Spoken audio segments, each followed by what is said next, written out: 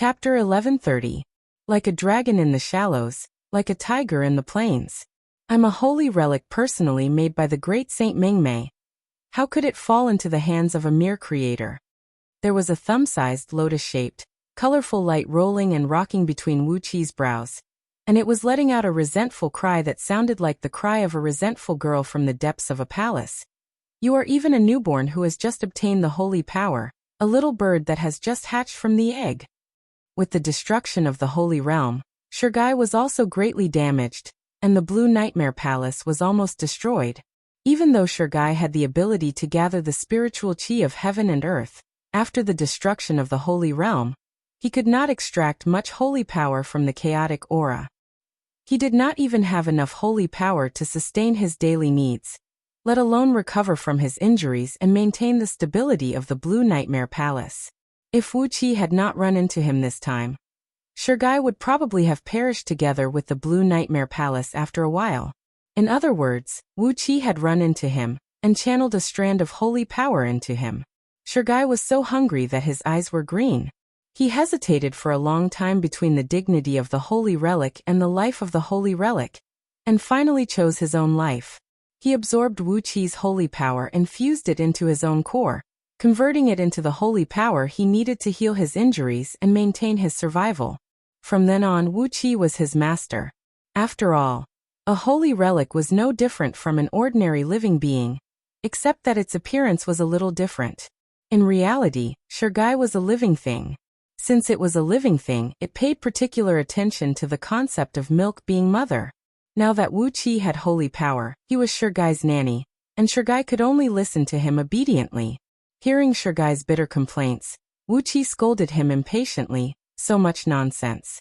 Why don't you spit out all the holy power I gave you? Then find a cesspool and throw you into it.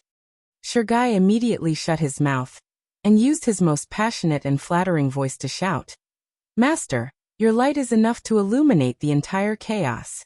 You are the chosen one. You will definitely restore the glory of the holy realm. Give me another strand of holy power. This junk tastes terrible."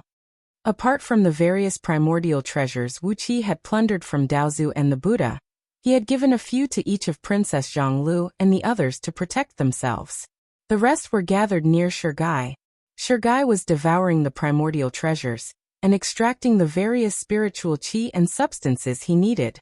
After all, the Grand Mist artifacts were formed from the projections left behind by the Saint artifacts when the Holy World was destroyed, and the spiritual gathering treasures could benefit a lot from them.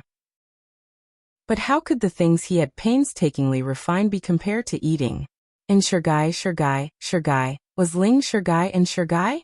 Shergai a hell. God a god, a god. Shergai was so noisy that Wuxia felt a headache coming on. Helplessly, he transferred a strand of holy power to Shergai, and in return, Shergai immediately began flattering him. It had to be said that flattery was very popular in the Holy Realm, and the disciples of Blue Nightmare Palace treated their patriarch the same way. Shergai had stayed in Blue Nightmare Palace for God knows how many years, and had learned all kinds of flattery. After all, Shergai was a product of the profound and unfathomable Holy Realm. Shergai's flattery had almost reached the realm of Tao, and was much more brilliant than those in Pengu world. Even though Wuxia knew that Shergai was flattering him, he still felt as if his bones had become a few kilograms lighter. He couldn't help but transfer a few more strands of holy power to Shergai. Shergai's words were really soothing. While flattering Wuxia, Shergai released his spirit power to fawn on Princess Zhonglu and Wuxia. Wuxia was one of the most powerful beings in Pengu world, but Shergai didn't think she was that powerful. On the contrary, Princess Zhonglu was so powerful that she had already touched the edge of the divine Tao. Shergai knew very well what kind of attitude he should have towards a future powerful being. Especially, Princess Zhonglu and Wuxia were the wives of his current master. Even if they were slightly weaker, Shergai still had to try his best to please them. Chattering all the way, it had been more than half a year since Wuxia and his companions left Blue Nightmare Palace. Following the blurry memories of Wuxia's previous life, the group trudged through the chaos, searching for traces of the ancient sacred palace. Since Blue Nightmare Palace had such a large area of ruins left behind, how could the 7 most powerful beings in the sacred world not have left some powerful arrangements in the chaos? Perhaps they had left something that could turn the world upside down? Who knew? The ancient sacred palace should be a place where the 7 powerful beings and the other saints kept some information and items. Pengu had also said that the ancient sacred palace had an extraordinary origin. Everything in it was unimaginable, and Pengu had gained many benefits from it. Although Wuxia had already obtained a lot of information from Shugai, he still had to go to the ancient sacred palace. With Shugai by his side, many of Wuxia's questions had been answered.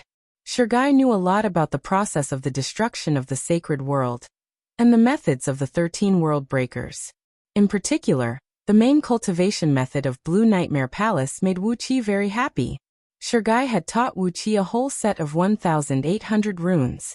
These days, Wuxia had been studying these complicated runes under Shugai's guidance. The runes from the sacred world were the core of all the power in the sacred world. To be more precise, from a different perspective, the inscriptions in the saints' world were the genomes of all living beings in the saints' world. The bodies and souls of all living beings in the saints' world were created from the natural matter and energy of the inscriptions. When different runes were put together, they formed countless races with different shapes, powers, and even personalities.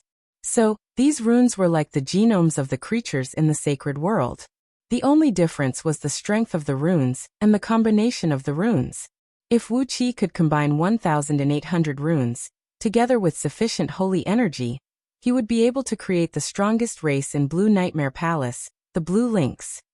It was a creature that looked like a giant lizard, but it had giant wings on its back. Its body was covered in beautiful blue feathers. It was a powerful creature that was good at using the power of light. But in terms of Shugai, with Wuxia's current strength, even if he could understand all the mysteries of these 1,800 runes and integrate them into one, he could only create a single hair of a blue lynx at most. After all, the blue lynx was an extremely powerful race. Their newborn offspring had the strength of the mortal level, and with a little effort, they could break through to the originator level. How could Wuxia, who had just climbed the threshold of the originator level, be qualified to create such a powerful creature? Listening to Shugai's grumbling along the way, perhaps because so many years of loneliness had made Shugai a little schizophrenic. In short, he had completely become a chatterbox. After searching hard in the chaos, Wuxia and the others finally came to a pale green star in the chaos. This pale green star had left a deep impression in Yuanling's memory. Inside this star was a giant emerald with a diameter of hundreds of millions of miles. And on the outside was a layer of highly toxic liquid that was 30 million miles thick. The highly toxic liquid kept erupting in all directions, forming this poisonous star, which even Chaos Fiend gods dared not to approach. Wuxia vaguely remembered that Yuanling had been near this pale green star, tracking the 7 Buddhist patriarchs and the 9 Tao patriarchs, bypassing a few hidden energy tides, and then was suddenly teleported to the ancient sacred palace. But the memory came to an abrupt end here, because as soon as Yuanling showed up, he was smashed to pieces by hundreds of fiend gods. Glancing around with mixed emotions, Wuxia said in a deep voice, "It should be around here. With our current strength, we can definitely get out of the ancient sacred palace unscathed after entering it. Shugai, don't be lazy, just help me with your knowledge." A clear cloud emerged from between Wuxia's brows. Amidst the cloud, he glanced around furtively, smacked his lips and said with mixed emotions, "I feel like there are some traces of restrictive spells here. But it's not. You know, Master, you are probably tracking the palace left behind by some extremely powerful being. If it is really the work of some extremely powerful being, with our vision and strength, we can never find any trace."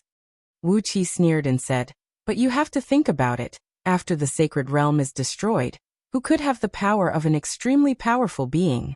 If the 7 saints used all their means to conceal the ancient sacred palace, wouldn't the act of leaving the ancient sacred palace behind be a joke? A pure grave? Or a memorial? Or left for those realm breakers?" Shugai smiled as if he was enlightened. Then he said flatteringly, "Master, you are so wise. How about giving me another stream of holy power?" "Oh, thank you, Master. Your generosity is comparable to the greatest source of light in the sacred realm, the sacred source light." In that case, they will definitely leave some traces behind. And if there is any dangerous restrictive spell, it will only target the realm breakers and those who overestimate themselves and enter by mistake. Wuxi's divine consciousness and Shigai's divine consciousness merged into one, turning into invisible waves that swept around. Right on one side of the green star, a shadowy figure that looked like a memorial flashed faintly. Wuxi immediately took out a bottle of spirit pills and distributed them to the crowd. One by one, they swallowed the pills, then plunged into the thick poisonous liquid of the toxic star, heading in the direction of the shadowy figure.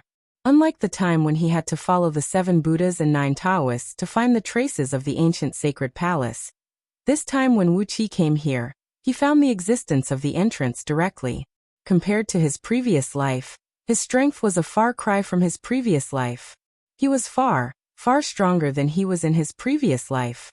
After struggling in the sticky green poisonous liquid for a few days, relying on the effect of the panacea to expel the terrible poison, the group of people finally arrived in front of the entrance that Wuxi's divine consciousness had sensed, panting. But as soon as they arrived, Wuxi's face couldn't help but change. What appeared in front of everyone was not just one memorial arch, but 9 identical memorial arches. The 9 simple memorial arches drifted in front of him like mist, like the entrances to hell. However, before Wuxi could decide which entrance to enter, a long, drawn-out roar was heard coming from afar. Everyone hastily looked over, and they saw a giant centipede, several miles long and shaped like a giant dragon, charging furiously towards them while emanating countless streams of green poisonous smoke and flame.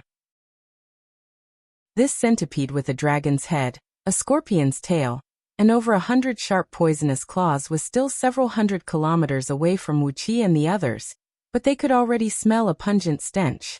The anti-poison panacea that Wuxi had refined using precious materials from Yuanling's nether realm had lost its effect. Tu Xiaobai's face suddenly turned pale green. Chapter 1131. Wuxi's expression changed as he looked at the centipede, rushing towards them while spewing poisonous flames. The poison prevention pills he gave them were concocted from 17 of the most potent spirit herbs in Yuanling's nether realm, each of which had the miraculous effect of repelling all kinds of poisons. These poison prevention pills also represented Yuanling's highest achievement in the Tao of alchemy, and each of them was extremely precious. But Tu Xiaobai, who had taken the pills, was knocked out by the poisonous smoke of the centipede? What was that centipede? In his previous life, Wuxi did not remember encountering this thing when he entered the ancient sacred palace. If it had existed back then, the 7 Buddhist patriarchs and the 9 Tao patriarchs would have been poisoned to death long ago, and they would not have had the chance to establish their own sects in Panga world. Zhu Ling's voice resounded faintly. Run! They actually left Lu Heng behind to guard the door. It seems that this green centipede has just hatched, but it is the descendant of the strongest race created by the green centipede saint after all. Although it is innately weak, it is still easy for it to deal with a little person who has just entered the Genesis level. Wuxi was taken aback. Then, he grabbed Tu Xiaobai and brought the company as he ran towards the 9 archways that were very close to them. In his previous life he did not remember there being 9 archways here, and there seemed to be only one passage. But now that the green centipede had hatched, and the door to the ancient sacred palace had changed into these 9 drifting archways, could it be that something had changed in the ancient sacred palace?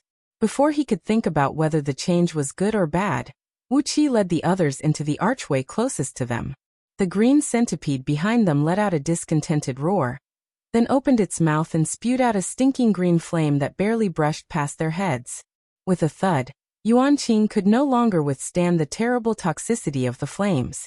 He rolled his eyes and fell to the ground. Fortunately, Ao Buzin grabbed him by the neck and carried him into the archway. Rushing into the memorial arch, everyone only heard the soft sound of bubbles bursting, and there was no strange feeling of the world spinning. They arrived at a small courtyard with great ease. The courtyard was about 2 miles long and wide, and the fertile soil was covered with strange plum blossoms. The red sun hung high in the sky, but at the same time, snow was falling. The half-foot-long green grass was mostly covered in snow, and only an inch-long thin grass poked its head out. White snow fell on the hundreds of different kinds of plum blossoms in the courtyard. The branches were black and shaped like dragons, with half-inch-long icicles hanging from them. The egg-sized flowers were in full bloom, and the plum blossoms of different colors exuded their fragrance. There were even a few white snowflakes stuck to the stamens of the flowers. Together with the red sun in the sky, it really looked like an immortal's mansion. A 3-foot-wide stream meandered through the middle of the courtyard.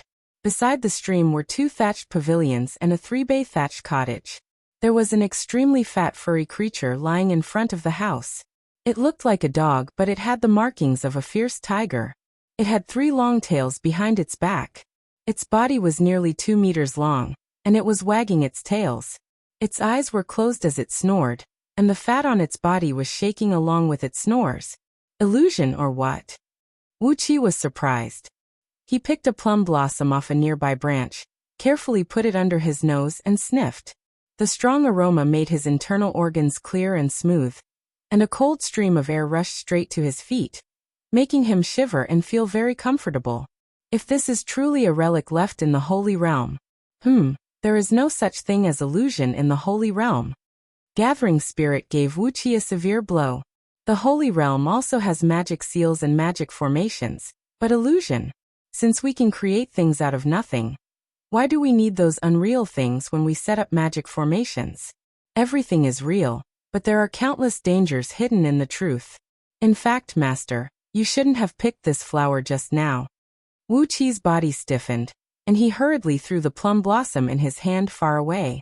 Gathering Spirit sighed and said, putting aside those top-notch mighty figures, if Patriarch Lan Mang had set up a courtyard like this, just this plum blossom alone could have hidden at least thousands of ways to kill people. Master, you must remember not to use your common sense to judge anything in this place. With a sneer, Gathering Spirit muttered, the flower you threw out just now is very likely to be a thunderfire that can blow up everyone here.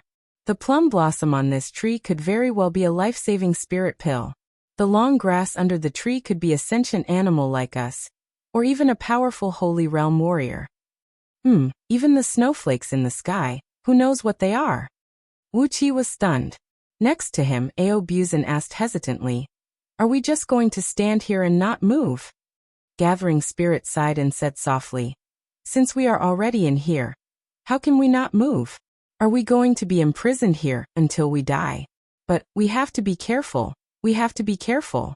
What could be more unlucky than a weakest creator bringing a group of ignorant mortals into a relic left behind by perhaps the 7 strongest saints in the Holy Realm? Sighing again and again, Gathering Spirit cried out in a tone of disbelief and surprise, Master, those people you told me about, can they really return alive from the ancient sacred palace? Are you sure it is their true forms that returned? Are they replicas that the ancient sage's palace condensed again, after they were destroyed, that retained their memories and personalities? Gathering Spirit's words sent a chill down the spines of Wuqi and the others, especially the last few words he said, which made even Wuqi fall into an indescribable loss. Yes, the Holy Realm has such powerful abilities. Are Pangu, the 7 Buddhist patriarchs, and the 9 Tao patriarchs really the true forms that came to the ancient sacred palace? Perhaps, the real Pangu and the 7 Buddhist patriarchs and the 9 Tao patriarchs had already been destroyed by the ancient sacred palace, and what left the ancient sacred palace were just replicas that kept all their physical characteristics. However, a more complicated and tangled question emerged. If all the physical and psychological characteristics of those replicas were the same as the real Pangu, were they the real Pangu or replicas? Standing to one side, Qixia suddenly coughed up a mouthful of blood. She shook her head hard and slapped her forehead with a backhand. She gave a low growl, then quickly incanted a long series of evil, incomprehensible spells. After a long while, Xia said with a cold voice, don't think about it anymore, or your soul will certainly be severely injured. Just now, I was just thinking about whether I am the original me, or the me created by this damned place, and whether my memory was originally there or created by someone. As a result, my divine soul nearly collapsed. No sooner had Xia finished speaking than Lord Xiansheng, Catfish, Gold Horn, and the others all coughed up a mouthful of blood at the same time. Lord Xianxing smiled bitterly and said, "It's a little too late. I was just thinking about this question just now. Who exactly is standing in this forest of flowers now?" Wuqi kept waving his hand to stop Lord Xianxing from continuing. "Don't think about these things," he said in a deep voice. "You can't think about it. In short, we are who we are, and nothing else. Well, just do whatever you want. If we are going to die, let's die together." Gathering Spirit sighed faintly and said, "I'm afraid that I won't be able to live or die." As soon as the words came out of his mouth, Wuqi sneered and said, "Just like how you are still trapped in the chaos with a serious injury? How about I throw you back into the chaos?" As soon as Wuqi's words came out of his mouth, Gathering Spirit shut his mouth immediately. After a while, a tsunami of flattery drowned Wuqi. Fearing that Wuqi would really abandon him, Gathering Spirit used all his skills to flatter Wuqi comfortably. The group of people glanced left and right. The small courtyard was surrounded by high walls, with black tiles and white walls. It looked neat, but it blocked their sight, making them unable to see what was happening outside. No matter how long Wuqi scanned the place with his divine sense, the white walls were just white walls. His divine sense could not penetrate through them, and could only echo in the courtyard, which measured a few miles in both width and length. With a wry smile, Wuqi shook his head and pressed both hands on the top of Tu Xiaobai and Yuan Qing's heads, sucking out the poisonous gas that had invaded their bodies. The heaven-refining cauldron came out slowly, and the frighteningly hot Yuan Ling true flame turned the few wisps of poisonous gas into nothingness. Tu Xiaobai and Yuan Qing slowly woke up, but they looked listless. The few wisps of poisonous gas just now had greatly damaged their vitality, and they could not recover for a long time. He fed them a few pills to restore their energy, then asked them to ride on the back of the nine-tailed beast. After that, he led them out of the flowering forest, across the stream, and came straight to the strange beast, which looked like a dog, had stripes like a tiger, and had 3 tails behind its rump. After circling twice around the strange beast, which was astonishingly fat, weighing at least 2,000 to 3,000 kilograms, Wuqi carefully scanned the body of the sleeping strange beast with his divine sense. After pondering for a while, he grabbed a fist-sized metal-eating wasp from Yuan Ling's nether realm, and gently threw the wasp, whose stinger was an inch long, onto the head of the strange beast. Suddenly, the snoring beast opened his eyes and slapped himself on the head, turning the wasp, whose body was as tough as an ordinary gold immortal item, into minced meat with one slap. The exotic beast muttered a few words and finally managed to get up with great difficulty. He stood on the ground on all fours, his fat belly sticking firmly to his belly, which surprised Wuqi, and he wondered how he would look like when he walked. After taking a few deep breaths, the strange beast rolled his eyes, shook his head, and said, "I've slept for so long, and I was finally woken up. I was just about to go back to sleep and recuperate. Why did you throw bugs on me? And these are the bugs that look so vicious and ruthless. The human heart is not what it used to be." The strange beast threw his head back and yawned, then stared at Wuqi and asked, "What are you doing?" Looking at the strange beast who kept grumbling, Wuqi nodded and said with a smile, "We got lost and came in here by accident. May I ask, Senior, what is this place?" The strange beast grinned, then threw his head back and said with a laugh, "Senior? Someone actually calls me Senior? TSK, but how many years have I been sleeping? It seems reasonable for you to call me Senior." Narrowing his eyes, the strange beast sized up Wuqi and his company for a while, then clicked his tongue and praised, "How did a little creator and a group of mortals come in here? Why didn't you get killed by the green centipede at the entrance?" Wuqi's heart leaped. Judging from the way this fellow said, it was obvious that he knew some of the settings in this place. At least, he even knew about the existence of the green centipede in front of the entrance, so he should know the origin of this little courtyard. But before Wuqi could say anything, the strange beast had already opened his mouth and pointed his fat right claw at his mouth. "Wine meat, I'm full, and I'll answer all your questions." Chapter 1132.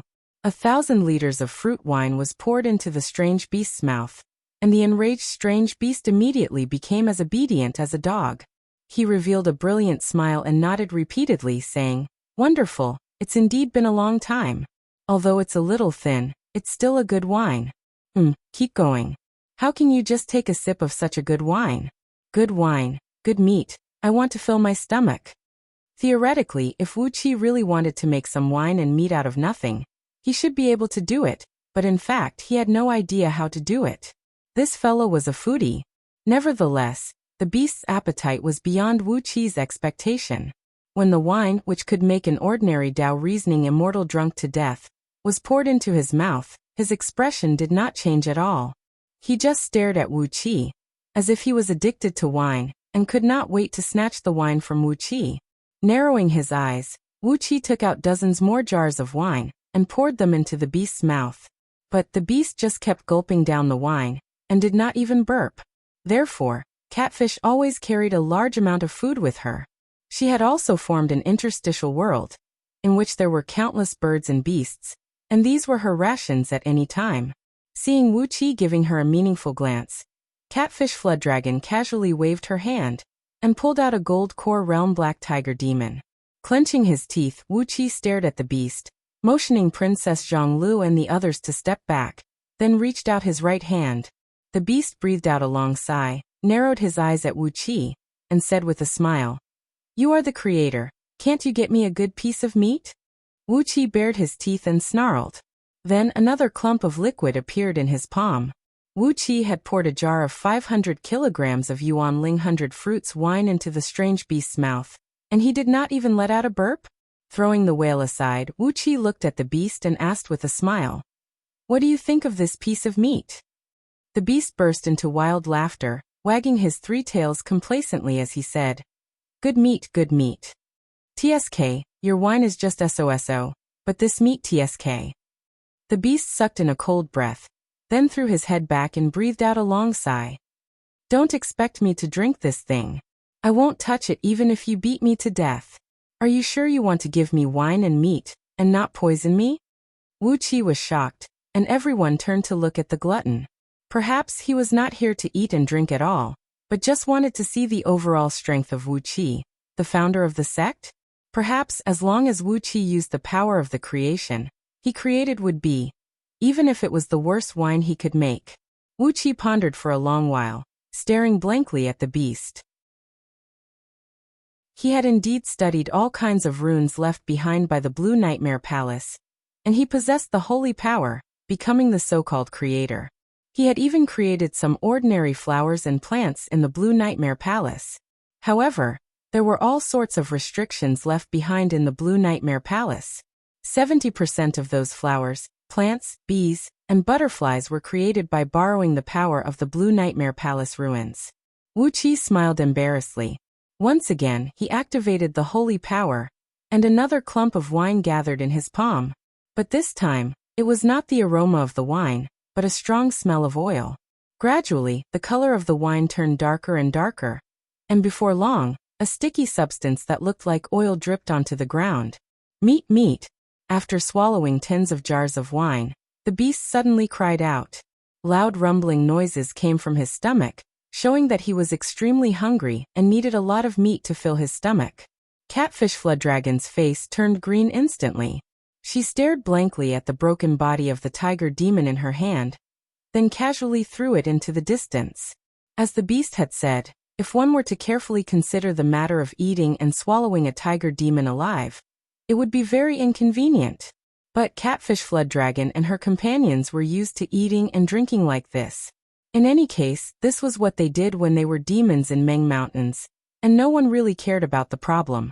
But now, when she was exposed by the beast, Catfish Flooddragon felt a sour saliva flowing out of her mouth, and she nearly spat it out. A clump of holy power condensed in his palm. Wuxia fused his divine will into it, and countless runes flashed and flashed rapidly in his palm. Gradually, the aroma of wine wafted out of his palm, and before long, a clump of sticky wine the size of a human head appeared out of thin air. But the wine could only exist for a brief moment. A spark flickered across the air, and a loud boom rang out as the wine burst out, sending a violent impact that swept across the entire courtyard. The beast stared blankly at Wuxia and let out a deep roar. After a long while he gnashed his teeth and said, "Good wine, good meat. If you keep fooling me with this lowly stuff, you will never know what is in this courtyard, and you will never be able to leave this place." Wuqi picked up the wine jar and drank all the remaining wine in it in one gulp. Holding back the sharp pain in his throat, Wuqi laughed dryly and said, "Wine, of course it's wine. Don't you want wine and meat? Is there a problem with drinking wine first and then eating meat?" The strange beast looked at Wuqi with a smile. Wagging his tail, he said slowly, "A primordial creator, a primordial creator. Wine and meat are nothing to me. You are a creator. After so many years, I'm really lucky to be able to see a creator when I just woke up. Good wine and meat." Wuqi understood. Immediately, he took out a jar of fruit wine that weighed 1,000 kilograms. It was brewed with the best immortal fruits found in Yuanling's nether realm, and during the period when Wuqi was reincarnated, the wine had been fermented in a cellar for a long time, so it tasted extremely fragrant and contained abundant natural energy. The natural energy contained in a mouthful of fruit wine was comparable to a supreme-grade gold immortal pill. Wuqi had tasted all kinds of fine wines in Panga world, but none of them could compare with the fruit wine he brewed himself. A bright gleam flashed across the beast's eyes. He gave the 30-feet-long tiger a glance, shook his head, and said with a sigh, "Can this thing be eaten?" Wuqi remained silent for a moment, then turned to look at Catfish, Goldhorn, and the others. There was a group of foodies around Wuqi, and Catfish was the one with the biggest appetite. Goldhorn, Silverhorn, Goldfeather, and Silverfeather only had an extraordinary interest in the flesh and blood of dragons, but Catfish was not afraid of raw or cooked, of any race, old or young, dead or alive. As long as it was made of flesh and blood, she had a strong interest in devouring it, no matter how strangely shaped it was. The crowd exchanged a glance in horror. With a calm expression, Wuqi fished out another jar of fruit wine and poured it into the beast's mouth. In his previous life, Yuanling was a loner, and he did not have many close friends. He spent most of his time in Yuanling's nether realm, concocting pills, crafting items, and brewing all kinds of fine wine when he was bored. Countless innate divine wood roots were planted in Yuanling's nether realm, and the ingredients for brewing wine were very abundant. In the span of a few eons, Yuanling had brewed at least tens of billions of jars of all kinds of fine wine. The beast rested his two front paws on his chin as he lay comfortably on the ground, gave Catfish a sidelong glance, and said with a cold grin, "No matter how hungry I am, I won't eat such a lousy thing. To make a good meat, firstly, the ingredients must be excellent. Secondly, the ingredients must be excellent.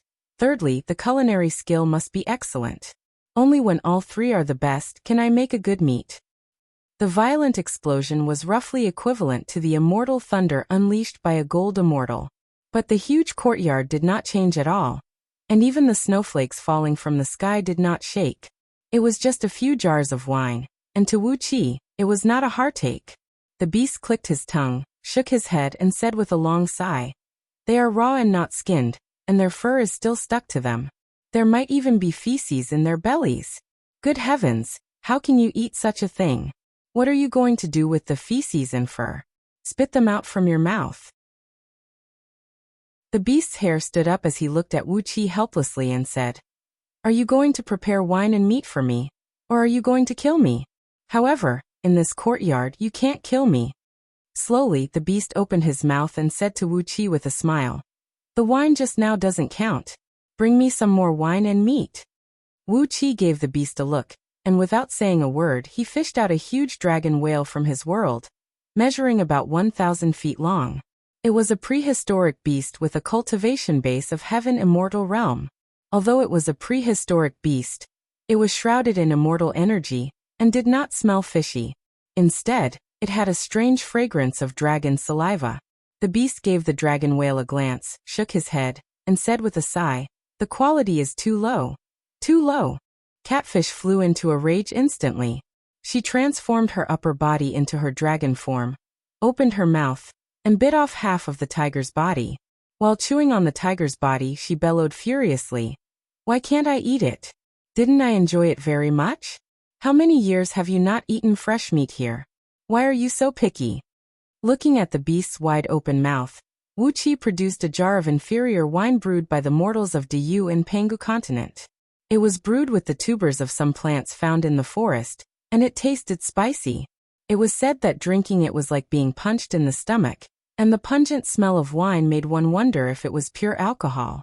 Of course, Wuxia had tried it before. When the wine was poured on the ground and ignited with a flame, it could indeed burn. In the blink of an eye, 50 kilograms of inferior wine was poured into the beast's mouth. The eyes of the strange beast, whose face was filled with hope, suddenly went wide. His body trembled violently, and all the fat on his body began to tremble violently. His long hair stood straight up as he stared at Wuxia in horror, then let out a shrill howl from his throat. "What did you feed me? Poison?" Chapter 1133. With a loud bang, the head-sized ball of liquefied wine in Wuqi's palm turned into countless balls of lightning fire that poured out in all directions. The terrifying power scared Princess Zhonglu and the others so much that they had to take out more than a dozen grandmas treasures to barely protect themselves. One of Jiawei's long tails was stuck by a ball of lightning fire. It was so hot that Jiawei trembled and almost burst into tears. The strange beast stared blankly at Wuqi, who was covered in black smoke. After a long time it stammered. "Are you here to feed me wine and meat, or to kill me? You are the founder, but with your level, no matter who your master is, he will kill you with a kick, lest you bring shame to your master." Smacking its lips, the strange beast rolled its eyes and sneered. "Don't blame me for not reminding you. There is not a trace of usable holy spiritual energy in this courtyard. If you run out of holy energy, there is no way to replenish it. TSK, if you can't feed me, you won't be able to get out." Wuqi's face darkened. He had tried to condense a bit of wine more than 300 times in a row, but it was the first time he had relied on himself to condense an item. He had not succeeded even once, and had consumed about 30% of the holy energy in his body. According to the strange beast, if he really ran out of holy energy and had no way to replenish it, wouldn't he be trapped here until he died? Zhu Ling reminded Wuqi with a low murmur. Sure enough, there was not even a wisp of holy energy found in the holy realm in this courtyard. Holy spiritual energy was the source of energy for all the almighty experts in the holy world. Even the sages had to absorb holy spiritual energy to replenish their own consumption. There was no holy spiritual energy in this courtyard. So if Wuqi ran out of holy energy, he would not be able to replenish his own consumption.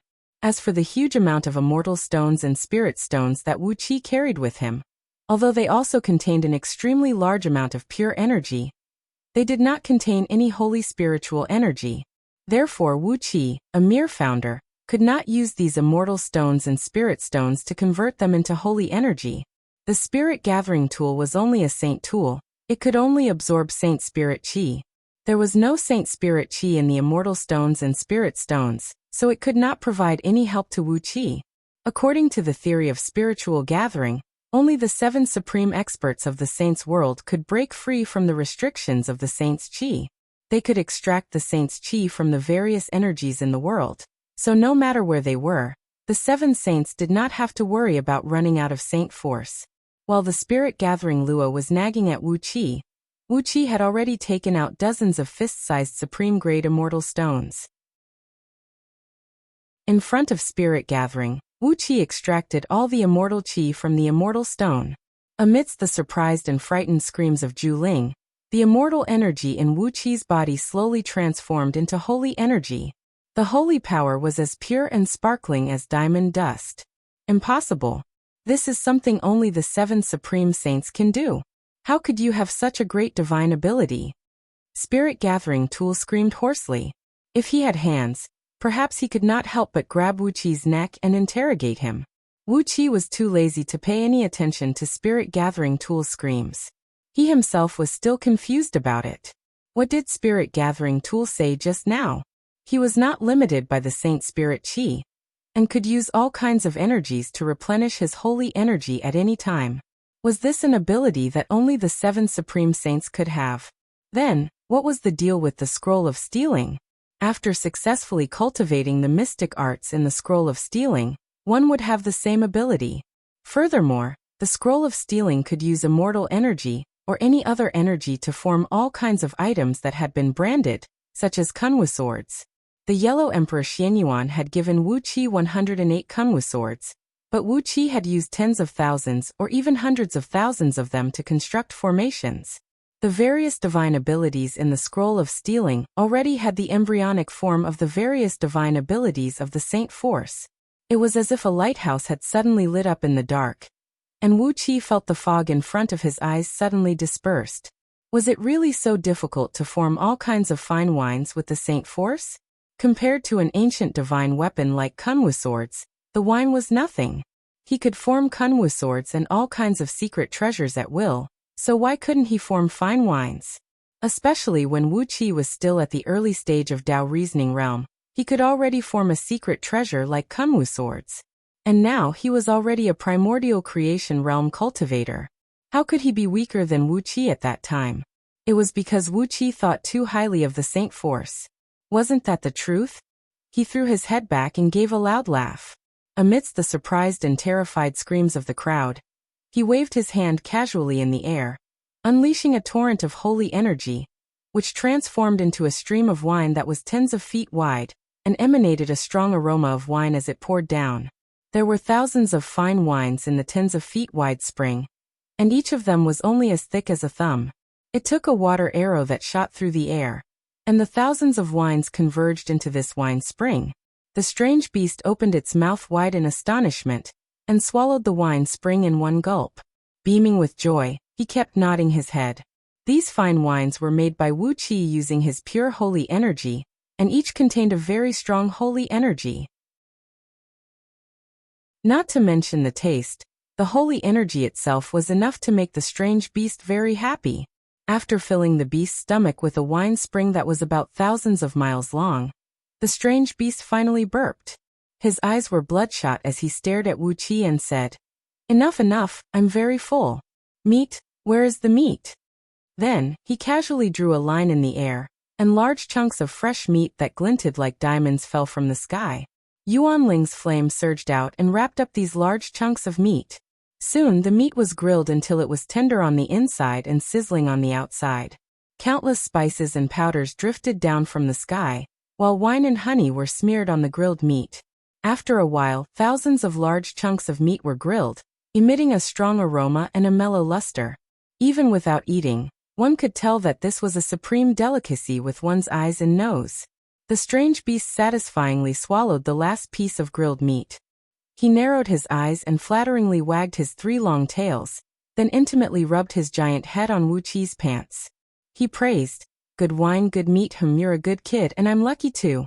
I thought I would have to wait here for many years to find a suitable candidate, but I didn't think I would be so lucky." Clicking his tongue, the strange beast looked at Wu Qi, grinned and said, "Welcome to the Holy Palace of Seven. There are many opportunities here, but there are also many dangers. You can reach the sky with one step, but you can also die instantly. It all depends on your luck and your power." Wu Qi slapped the strange beast's head and stopped him from boasting. He asked, "This place's real name is Holy Palace of Seven? It seems like Holy Palace of Seven has awakened. Why would Holy Palace of Seven wake up now?" The strange beast squinted his eyes.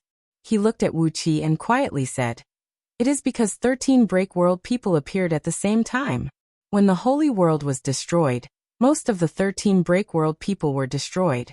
A Yuan Ling returned to the immortal soul mark to regenerate his body and soul. Now, the Break World people who regenerated their bodies and souls are releasing their presences. That is why Holy Palace of Seven has awakened." Wu Qi's heart sank. The Break World people were Thousand Head, Huan Yan and Spirit Puppet. Those three had encountered Chaos Demon God, and Pan Gu and the other Chaos Demon God sealed them up. But the other Break World people had not appeared. When the Holy World was destroyed, their bodies and souls were destroyed too. Was that so? Were they using the power of the immortal soul mark to regenerate their bodies and souls? Now that they had been reborn, were they going to come out and harm people again? Was that why Holy Palace of Seven had suddenly awakened?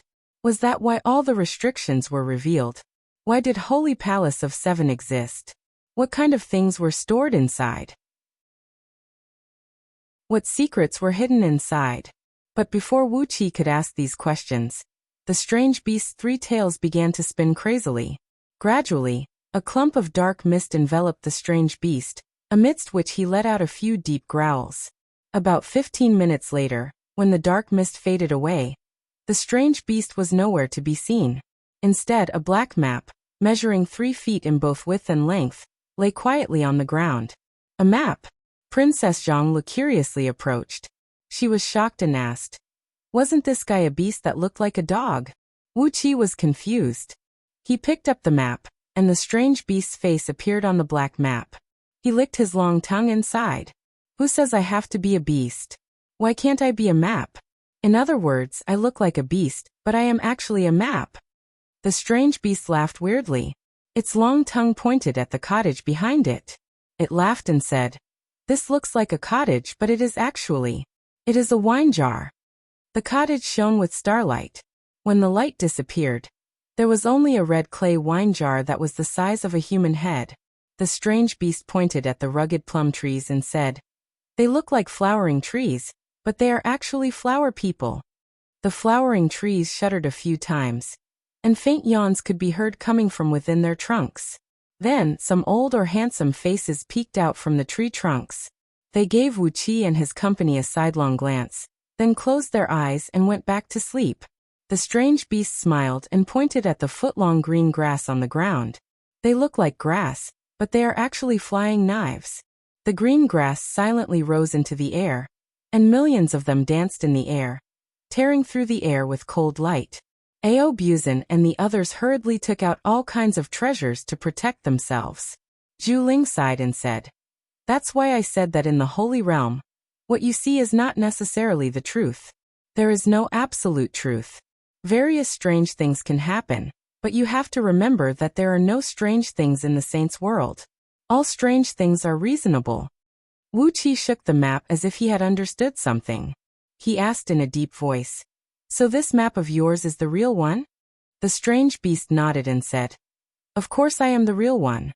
I am the 9 Palaces road map, the main road map of the 9 outer palaces of the 7 Holies Palace. But whether you can enter the core of the 7 Holies Palace or not will depend on your luck and strength." Following the strange beast's words, 9 fist-sized silver dots appeared on the dark map. Wuqi touched one of the dots with his divine sense. Immediately, a large amount of information swarmed into his mind. The surrounding void gradually dimmed, and the walls around the courtyard gradually disappeared, revealing the dark sky and countless brilliant stars. In those huge stars, there were tens of thousands of corridors and innumerable pavilions connected to each other. Chapter 1134. In the boundless void, one sight was filled with dazzling silver stars. Some were near, some were far, some were big, some were small, but all of them were frozen in the void, motionless. However, these stars were arranged in a very complicated pattern in the void. If one stared at them for a long time, one would feel that these stars were moving all over the sky, and one's eyes would be filled with silver ribbons of light, which would often make one feel dizzy and fall to the ground. Ao Buzan stared at the few stars for a long while, then held his head in his arms and fell to the ground, unable to move anymore. He let out a few howls and spat out a few mouthfuls of saliva with difficulty, then shook his head and dared not to take another glance at the surrounding stars. Amidst the boundless starry sky, the courtyard, which was several miles long and wide, floated quietly. Tens of plank paths of different widths extended from the edge of the courtyard, leading to tens of exquisite towers in a distance. The plank paths twisted and turned, giving them a very dangerous look. The widest of them was only 10 feet, and the narrowest was only half a foot, hovering in the bottomless void. Even though Wuqi and the others were all mighty experts, they were still frightened by the sight of it, and felt a chill running down their spines. "This is..." Wuqi shook the map of the 9 palaces. The strange beast tilted its head, smacked its lips and said, "This is the star paths of the 9 palaces surrounding the 7 holy palaces, and I am the map that recorded all the star paths. I don't know what is in the 9 palaces, and I don't know what is on the path. I don't know what you will encounter, and I don't know whether you will die or not." After talking for a while, The strange beast laughed and said, "But I do know one thing. If you don't choose a path, you will never be able to leave this place. But it seems that your cultivation base has reached a point where you can live forever, so it won't be a problem for you to stay here for a long time. Besides, there are both men and women among you, so it will be fun to make babies here." Noisy. Wuxia shook the map of the 9 palaces, then gave Princess Zhonglu a glance. Princess Zhonglu nodded with a smile and stepped forward to stand beside Wuxia. Wuxia glanced at Wuxia again. Wuxia nodded indifferently. A 5-colored cloud wrapped around her body, and she floated up into the air, following closely behind Wuxia. Ao Buzin stood up slowly and patted his chest. "What are you afraid of? Let's go." Lao Tzu didn't believe that Lao Tzu could be cheated here. "Ha ha ha. How many storms and waves have we weathered? How can we capsize here?" The exotic beast snickered coldly and cast a sidelong glance at Ao Buzin, but didn't say a word. Wuxia pondered for a long while, then brought the group of people to the side of the spacious plank road at the edge of the courtyard. The plank road was about 10 feet wide, built with white mica stones that were as thin as cicadas' wings. About 10 feet in circumference, the mica stones floated in midair, with a distance of 70 to 80 feet between each other. Countless mica stones stretched forward in a meandering manner, leading to a small bronze building several hundred miles away, with a 3-story tall roof tile and red pillars. Looking from afar, there was a square several acres wide in front of the building, on which stood a golden statue of a man, about 30 feet tall. Carefully stepping onto the plank road made of mica stones, the group found that the stones were very stable, and they had a slight elasticity when they touched them. When they stepped on them, they felt a cool breeze seeping into their bodies, making them feel comfortable and happy. Standing on the first mica stone, Wuxia held the map in his hand and asked, "What's the difference between choosing different paths?" The exotic beast licked his lips and said indifferently, "I don't know, I really don't know." He paused briefly, then narrowed his eyes, smiled at Wuxia and said, "Even if I know, I won't tell you. It's not my fault that I can't tell you." The group of people felt helpless. Wuxia forcibly restrained the impulse to throw the map into the boundless void. Carefully stepping on the plank road made of mica stones, the group of people walked towards the building. It was not that Wuxia did not want to fly, but when he walked on the plank road, he found that there was a strange restrictive spell in the surrounding space, which prevented him from using any flying magic. He could only walk on the plank road step by step. Fortunately, Wuxia and his companions all had strong fleshly bodies. It only took them 10 minutes to cross the several hundred miles of road. Soon they arrived in front of the building. As soon as they set foot on the square in front of the building, they heard a series of crisp cracking noises. Behind them, tens of thousands of mica stones cracked at the same time, turning into powder that formed into a huge rune in the air. Before Wuxia and his companions could react, the huge rune transformed into a stream of light and shot straight into the golden statue in the square. A muffled buzz rang out as the golden statue suddenly took a step forward. The statue stood 30 feet tall, clad in a heavy golden armor, and his face was hidden. In his right hand was a heavy sword that was 18 feet long. With just a few steps, he came before Wuxia, swinging the sword down viciously towards Wuxia. "Damn it!" Wuxia gave a loud cry. Hurriedly, he flicked his fingers, sending out dozens of kunwu swords that shot up into the sky, clashing right into the huge sword. A deafening boom rang out as the kunwu sword shattered one after another, and the golden sword was less than 3 inches away from Wuqia's head. Wuxia grabbed Princess Zhonglu and Wuxia and rolled to the side. Meanwhile, the sword in the statue's hand swept out, slashing viciously at the waists of Wuxia and his companions. "What the hell is this?" Ao Buzin gave a furious roar. The soul-splitting spear, which had been refined dozens of times in the Blue Nightmare Palace ruins, was much more powerful than a supreme treasure of primordial, and blocked the huge sword with a sharp gleam. Ao Buzin had used the Dragon God combat technique, which was unique to dragons. In that instant, the soul-splitting spear thrust forward at least hundreds of thousands of times, each strike as powerful as the collapse of the heavens, condensing all of Ao Buzin's power. Even with Ao Buzin's cultivation base at the peak of the Tao-breaking realm, and his strong Zulong body, All his muscles were almost torn apart after using the technique. Hundreds of thousands of strikes in a flash, each strike with all his strength, had exceeded the load on Ao Buzan's body. But then, a muffled boom rang out, and the blow Ao Buzan unleashed with all his cultivation base was shattered by the huge sword. The soul-splitting spear bent like a hemp flower, while the muscles on Ao Buzan's hands were torn. He staggered and was thrown hundreds of feet away, falling straight into the endless void outside the square. Lord Xianxing gave a furious roar. He grabbed Ao Buzan's calf and tried his best to drag Ao Buzan back. Catfish had already swung the hammer she had condensed dozens of times, smashing it down at the golden statue with all her strength. At the same time, she opened her mouth and sprayed out a stinking black wave, amidst which were countless fist-sized black vortexes spinning rapidly. These vortexes were the natal thunder flame condensed by Catfish Flood Dragon, formed by fusing her dragon blood essence with the essence of water. Not only were they extremely powerful, they also had a very strong corrosive power. A loud clang rang out as Catfish coughed up a mouthful of blood and retreated. The web between her thumb and index finger was torn, and the wounds extended all the way to her shoulders.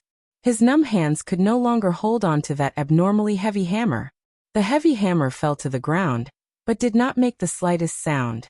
The ground here seemed to be able to absorb all energy, and even the impact of the hammer's fall was completely absorbed.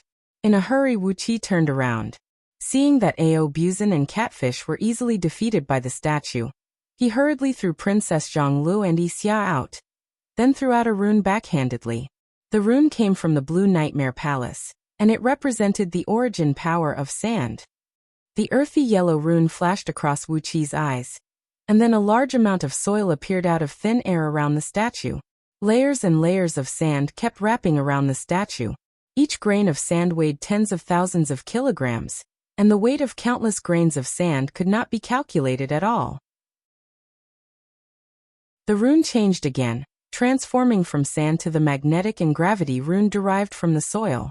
It was many times stronger than the magnetic force Wuxia cultivated in those years. The crowd heard a deep, muffled howl coming from the earthy yellow sand and stones, and the golden statue's movement suddenly became sluggish.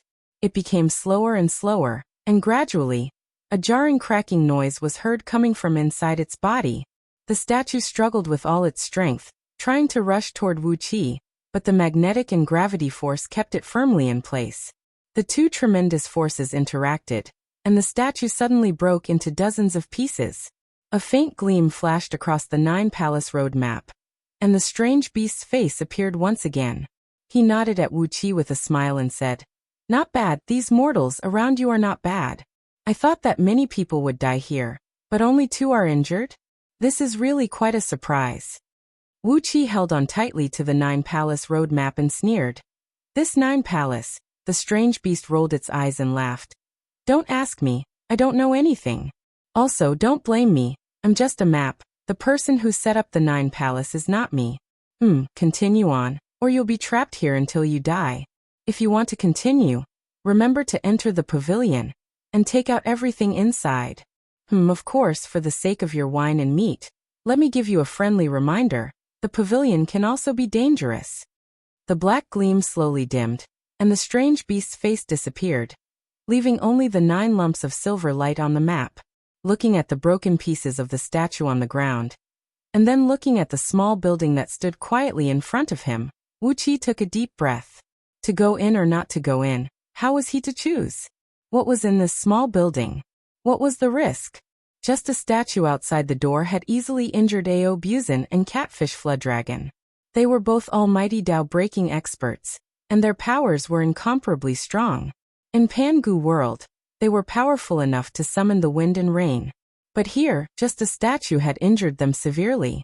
What was in the pavilion? Or should they stay in the pavilion and continue on? There were still endless dangers in front of them. Perhaps, the things in the pavilion could help them improve their overall strength quickly? Scratching his head in annoyance, Wuxia asked the others with a bitter smile. Should we go in or not? Ao Buzan had been exercising a mystic magic to heal his injuries. Gritting his teeth, he said, "Fortune comes from danger. Perhaps, a girl from the Holy Realm is waiting for me in there?" Princess Zhonglu narrowed her eyes and suddenly thrust her palm towards the door of the pavilion. Of course, we have to go in. Wouldn't we be taking such a risk for nothing? Raising her pair of long eyebrows, Princess Zhonglu said proudly, I don't believe that this place can really trap me to death. Chapter 1135. Princess Zhonglu pushed her palm forward. The door of the building silently opened, and a bright cyan light poured out from the door. Wuxia walked in the front, carefully stepping over the foot-tall threshold, and walking into the building. The first floor of the building was clean and tidy, with a lampstand placed in each corner of the tens of meters squared room. Each lampstand had 9 oil lamps on it. Ji Hao didn't know what kind of oil the lamps were made from, but the cyan light emitted was soft and bright, not dazzling at all. Not even the slightest smell of smoke could be sensed from the lamps. In the middle of the room, a feet-squared thin cloud floated, holding a roughly round-shaped rock. On the rock were extremely tiny mountains, rivers, flowers, and trees. On the rock, there were even people, beasts, birds, and fishes. This was a small world. The rock was no more than 2 feet in diameter and half an inch thin, but it was exquisitely detailed, with all kinds of natural phenomena, such as the rising and falling of the sun, the moon, the stars, the wind, and the rain. The group of people surrounded the thin cloud in surprise, carefully releasing their spirit powers to see the secrets of this rock. This rock was small, but tens of millions of human beings lived on it, just like the ordinary people in Pangu world. These human beings were obviously still in the Stone Age, but they were divided into thousands of different sized forces, fighting against each other. Sometimes they swallowed other forces, sometimes they split up. They had been fighting against each other all day long. Time flew fast on the rock. Wu Qi and the others had only stood aside for less than 10 minutes, but 3 generations of human beings had already been living in the rock. Tens of thousands of wars had broken out, and hundreds of thousands of their own kind had been killed. During the wars, some intelligent human beings emerged from time to time, and became the leaders of different forces, leading their clans to swallow the smaller forces in the surrounding areas. After nearly 100 generations, some human beings had already become strong. They were able to fight lions and tigers, kill flood dragons, and even summon the wind and rain, and summon thunders and fires to attack their enemies. They were worshipped as gods by their people. They led their clans and quickly swallowed the smaller forces in the surrounding areas. Soon, only 3 equally powerful forces were left on the rock. An unavoidable war broke out, and the 3 factions fought until their heads bled. In the end, the leader of one of the factions used a forbidden power, and the plague began to spread everywhere. The people of the 3 factions were either dead or injured, and only a few lucky ones survived in the deep mountains. Of the tens of millions of humans, only a little more than 10,000 survived. The civilization that had developed to the Bronze Age was instantly destroyed. At this point, the rock suddenly exploded with dazzling lightning. Thunder fell from the sky, and magma spewed out from the ground. The entire world was destroyed in an instant. Everything started from when they first entered the small building. It was also the Stone Age, with tens of millions of people fighting and killing each other. However, Wu Qi and the others noticed that the evolution this time was different from what they had seen before. What is this?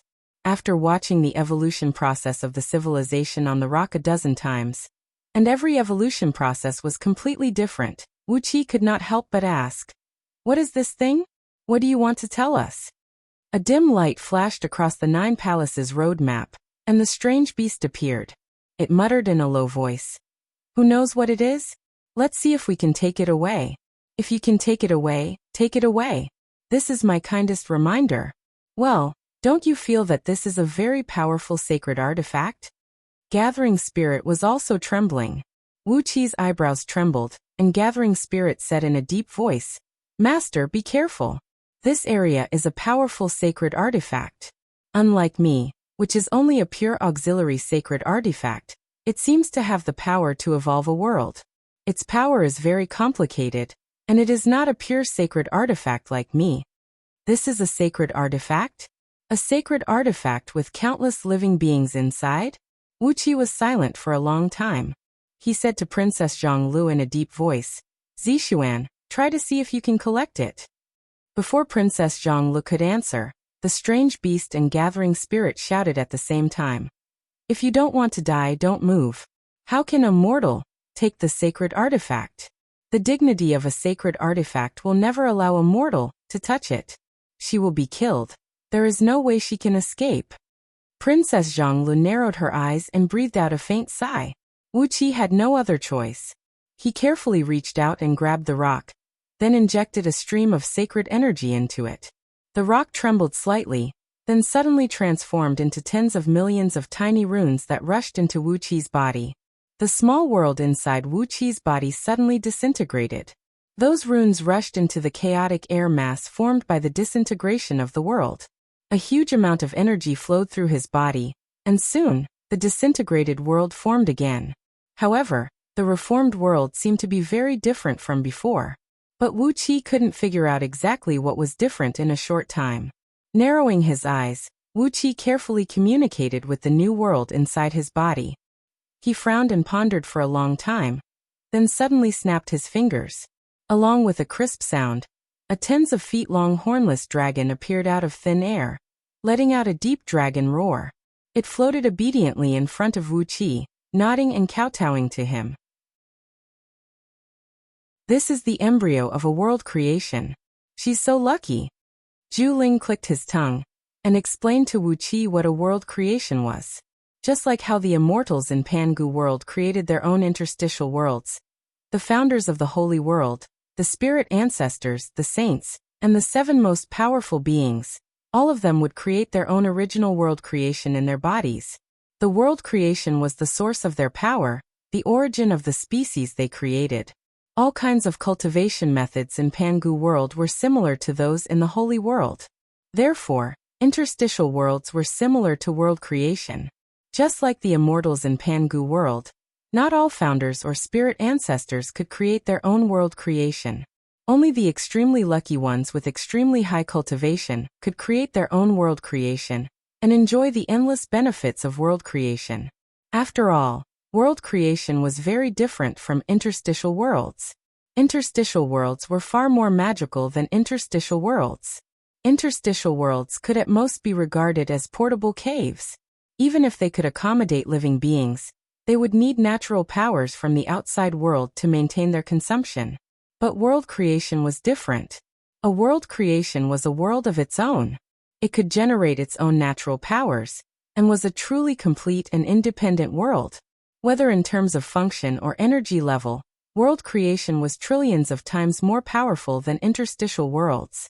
In the first small building that Wuqi and the others entered, there was an embryo of world creation, and it took the initiative to merge with Wuqi's interstitial world.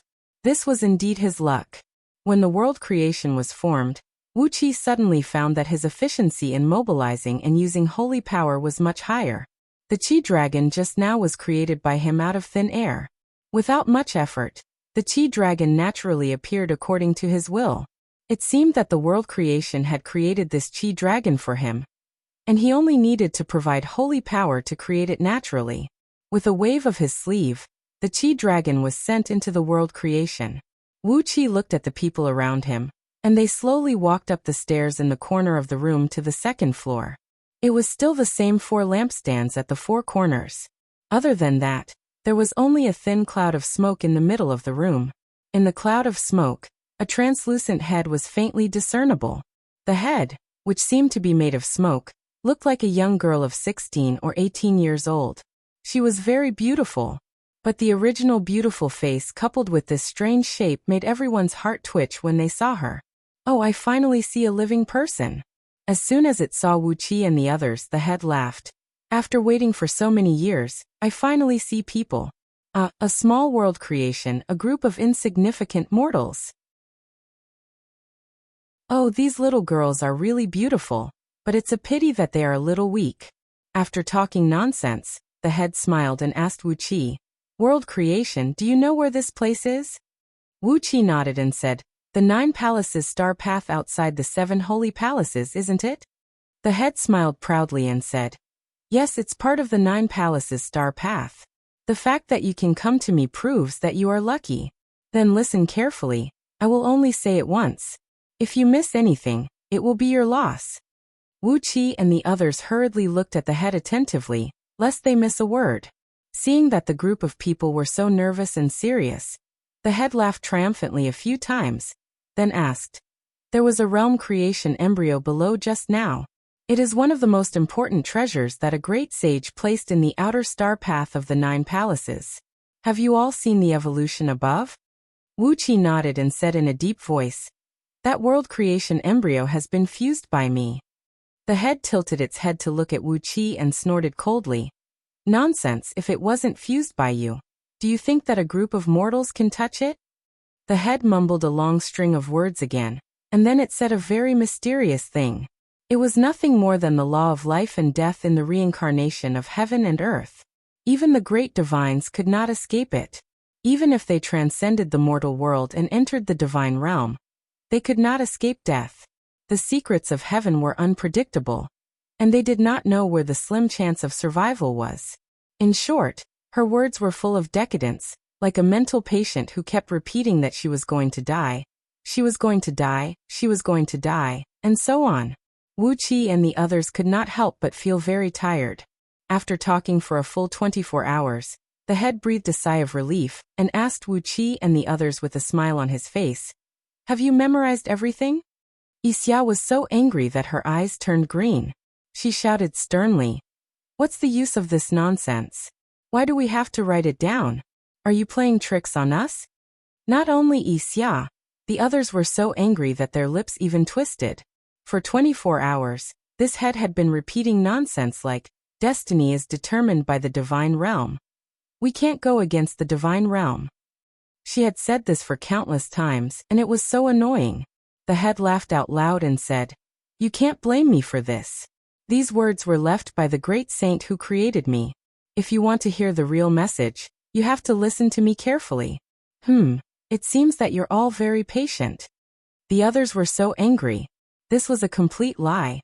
After laughing for a long while, the head said while gasping for air, "All right, listen up, I only have one serious thing to say. If you don't want to die, try your best to surpass the 7 most powerful beings." Wuxia was shocked. While he was pondering what this meant, the head had already transformed into a stream of light and drilled into the spot between his eyebrows. A cool stream of power merged with his soul. Wuxia felt refreshed, and his senses were suddenly strengthened by many times. He felt that he had been reborn. In their shock, the group pondered over the skull's last sentence for a long time. In the end, they cautiously went up to the highest floor. On the 3rd floor, a fist-sized spell symbol floated in the middle of the room. It was an exquisite, complicated spell symbol composed of thousands of layers of light patterns, filled with countless mysterious spell symbols. Chapter 1136. After leaving the building, the 3-storied building quietly collapsed right in front of Wuxia. The building transformed into streams of light and merged into Wuqia's body, making his aura even more lively and agile. Although Wuxia didn't know what benefits these streams of light could bring him, he couldn't find any disadvantages at the moment. Therefore, Wuxia didn't care too much about it. The building and the square quietly disappeared. The group of people stood on another plank road paved with black volcanic rocks, taking a deep breath and looking into the distance. Behind them was a vast expanse of empty space, and the small courtyard several hundred kilometers away was clearly visible. However, there was a powerful flight restriction, so it was impossible for them to fly back to the courtyard. They could only continue walking along a path. However, at the end of this tens of thousands of miles long plank road, paved with black volcanic rocks, was a hill floating above a star. The hill was no more than a few miles tall and had a circumference of tens of miles. At the top of the hill was a pagoda. That star was silvery white, covered with a thick layer of red flame. The raging flame silently rose up to the top of the hill, and the strong firepower passed through the hill and reached the pagoda. The entire pagoda was glowing with a bright red light, which made the countless jewels inlaid on the pagoda sparkle and dazzle everyone's eyes. Even from tens of thousands of miles away, one could still see the glint of those jewels, which showed how bright they were. However, The plank road paved with black volcanic rocks under their feet made those obviously precious jewels lose their allure. The plank road was made of several feet wide black volcanic rocks, dense and hard. However, in such hard volcanic rocks, there were countless living creatures frozen. There were poisonous snakes with 3 heads and 6 tails, beetles bearing their fangs, scorpions with wings on their backs, and countless other strange poisonous bugs. These poisonous bugs were inlaid in the rocks, looking like fossilized specimens. Through the translucent volcanic rocks, one could clearly see the slender bodies of these bugs, and the stiff venom secreted from the corners of their mouths. However, when one used his spiritual power to examine them, one could find that these seemingly dead poisonous bugs still maintained a strong life force. They were only sleeping in the rocks, and weren't really dead. Apart from the volcanic rock they were standing on, all the other rocks in front of them were frozen with one or more different kinds of poisonous insects. Aobuzin was the first one to step on a volcanic rock in front of them. Once he stepped on it, he heard a loud sizzling noise. Next, a dense black cloud rose from the volcanic rock, transformed into a mist cover, and wrapped the entire rock up. Looking through the mist, Aobuzin's body had suddenly shrunk to the size of a soybean. Suddenly, an inch-long venomous snake with 3 heads and 6 tails appeared in front of him. It was breathing poisonous smoke and fire, and it was opening its mouth wide, trying to swallow Aobuzin. The snake was very powerful. With just a curl of its long tail, it sent Aobuzin flying far away. The scales on Aobuzin's chest were smashed, and he coughed out a mouthful of blood from his 7 orifices. While cursing, he pulled out the soul-splitting spear and stabbed it violently at the snake. At the same time, he unleashed an evil supreme treasure of primal given to him by Wuxia, which he had also refined dozens of times, the 9 female demon mothers' dazzling light banner. As soon as the banner was unleashed, a vast expanse of colorful mist enveloped the entire area. 9 fair-skinned and beautiful female demons were singing and dancing in the mist. Their bodies twisted and wriggled like a nimble snake, leaving behind countless illusions as they entangled the poisonous snake. At the same time, Aobuzin's soul-splitting spear transformed into bolts of lightning and darted towards the poisonous snake. The poisonous snake was enchanted by the illusions created by the banner. It stood still in a daze for quite a while. In that very moment, Aobuzin stabbed the poisonous snake thousands of times in a row. Fire sparkles rose from the snake's head, but not a single spear strike managed to penetrate its body. Wuqi's expression changed. Through the dark mist, he could freely sense the power of this poisonous snake. This poisonous snake was not even as powerful as Aobuzin. At most, it was equivalent to the peak level of Dao reasoning. Normally, not to mention the fact that Aobuzin had been attacking the poisonous snake with all his strength, the 9 female demon mothers' dazzling light banner was incredibly powerful. After tens of times of refinement, once the banner was unleashed, even a Dao-fusing saint in Pangu world would suffer a great loss if he was careless. However, except for the fact that its mind was enchanted, nothing else happened to this poisonous snake. This didn't make sense, and it didn't make sense at all. While Wuqi was still in shock, the poisonous snake suddenly realized what had happened. It raised its head and roared furiously towards the sky. Simultaneously, all 3 of its heads spurted out a black poisonous sand, which landed heavily on Aobuzin's body. Aobuzin howled in pain as he was sent flying far away. All of a sudden, his black scales began to rot and fall off, and black pustules emerged on his skin. The poisonous sand burst the pustules, splashing everywhere. Touched by the poisonous sand, Aobuzin's skin immediately turned into rotten, black chunks of meat. Wuqi was shocked. He desperately shook the map and shouted, "What's going on?" While roaring furiously, he exercised his divine ability and grabbed at the mist barrier. But, no matter how hard he tried, he could not touch anything. It was as if the mist barrier and the volcanic rock were just illusions, and he could not grab them at all. Following Wuqi's shout, the strange beasts had slowly emerged from the map. He smacked his lips and sighed. "Do you still remember that rune? If you want to save people, use that rune." That's all I know. It was you who brought me into the small building. That's how I got this information. I don't know anything else." "That rune. Wuxia thought of the rune that floated in the air on the third floor of the small building. As soon as they stepped onto the third floor, the rune turned into a beam of light and went into Wuqi's body, not giving him any chance to react. Then a strong repulsive force drove them out of the small building. The small building and the square both turned into beams of light and went into Wuqi's body. They were forced to stand on this pitch-black plank road. If he wanted to save Ao Buzin, he had to use that rune? Wuxia immediately immersed all his mind into his spiritual ocean. Above his divine soul, the exquisite rune, which was formed by thousands of layers of light patterns, was slowly rotating around the heaven-refining cauldron.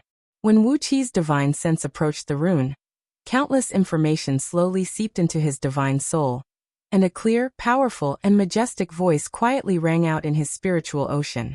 Starting from the basic properties of the holy spiritual energy, the voice taught Wuxia how to transform the holy spiritual energy into holy energy, how to store the holy energy in his body better, and how to use the holy energy to transform his divine soul and physical body, making them stronger.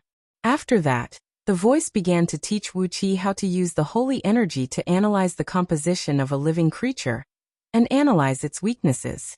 According to the knowledge taught by the voice, all created creatures had weaknesses. There was no living creature in this world that was absolutely perfect. It could only be said that they were relatively flawless, but it was impossible for them to have no weaknesses. As long as one had a strong enough cultivation, rich experience and knowledge, any living creature should have weaknesses. Countless information was quickly absorbed by his divine soul. Suddenly, Wuxia opened his eyes. His primordial Dharma eyes shone with a dazzling light that looked like countless diamond dust reflecting the sunlight. The light was formed by countless tiny runes that could not be seen by the naked eye. The light pierced through the dark mist and landed on the three-headed, six-tailed poisonous python. Just now, Wuxia had absorbed a huge amount of information and knowledge, but it was just a brief moment in the outside world. The poisonous python had poisoned Ao Buzin with its poisonous sand. Just as it was about to pounce on Ao Buzin and devour him, Wuqi's gaze suddenly landed on its body. The poisonous python let out a shrill scream, as if it had met its natural enemy. It curled up on the ground in fear, using its 6 tails to cover its head, shivering and not daring to move.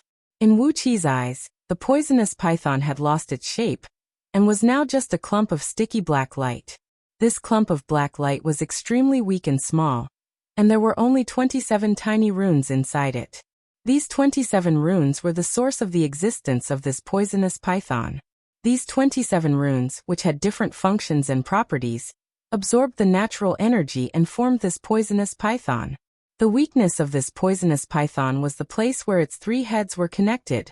A flickering rune was the core of these 27 runes, and it was through this rune that all the power of the 27 runes were connected into one. This rune was located at the place where the 3 heads were connected. This was its most important energy core, and also its weakest spot. Ao Buzin, attack the place where its 3 heads are connected. Attack with all your might. Wuxia shouted in a deep voice. Ao Buzin, whose body was oozing pus and was on the verge of death, cursed in a low voice. He staggered to his feet, then threw his head back and shouted, "If Lao Tzu dies, kill Immortal Jadebone and all the other girls and send them to accompany Lao Tzu. Bah. I, Ao Buzin, never wear a green hat." Wuxia was stunned, and the eyes of the others all widened. Ao Buzin roared something that almost made them vomit blood. Then he straightened the soul-splitting spear, transformed into a black bolt of lightning, and thrust it at the place where the 3 heads were connected. The soul-splitting spear easily pierced through the body of the poisonous python. The python squirmed violently, while beams of bright light kept flowing out of its body and flying into Ao Buzin's body. Ao Buzin roared in surprise, "Wonderful! Lao Tzu's body is strong, too strong." In just a few breaths of time, the python had completely merged with Ao Buzin's body. Ao Buzin's aura suddenly grew several times stronger, and his cultivation base skyrocketed from the peak of the Tao-breaking realm. Both his magic power and the strength of his fleshly body had been strengthened several times. Wuxia was so surprised that he could not say a word. looking at the dissipating mist on the stone plank road, and at Ao Buzin, who was happily stroking his body, which had grown much stronger. The strange beast's head emerged from the road map. Shaking his head and wagging his tail, he said, "When he killed this little bug just now, I suddenly learned something. If you can walk all the plank roads outside the 9 palaces, you will become a qualified founder. As for the group of mortals around you, if they can walk all the plank roads with you without dying, they may become founders." Wu Qi's eyes lit up. Could it be that the 9 palaces outside the 7 palaces were a training class for founders?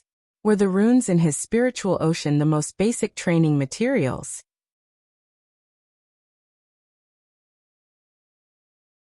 Chapter 1137. On a flat land about 100 miles in circumference, Wu Qi was sitting cross-legged, his hands locked into an incantation gesture as he stared at a strange beast in front of him with a blazing gleam in his eyes. The beast looked like a qilin, with no scales on its body but poisonous thorns all over its body. It was about 100 feet long, with a pair of long crimson horns shrouded in poisonous smoke on its head.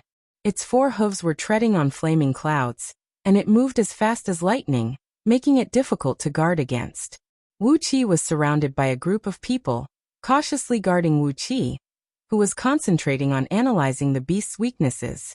Lord Xianxing was the only one who had transformed into his true form of a flood dragon, holding an illusion-breaking halberd in each of his 4 claws. His body flickered as he appeared in the void at any time, thrusting countless halberds at the strange beast from all directions. The strange beast ran like a bolt of lightning, dodging Lord Xianxing's attack by a hair's breadth. Lord Xianxing could not hurt the strange beast, but it did not have the chance to attack him either. The gleam in Wu Qi's eyes grew stronger, and a terrible pressure emanated from him that no one dared to look directly at him. This was the 15th plankway rock they had stepped into, and also the 15th strange beast they had encountered.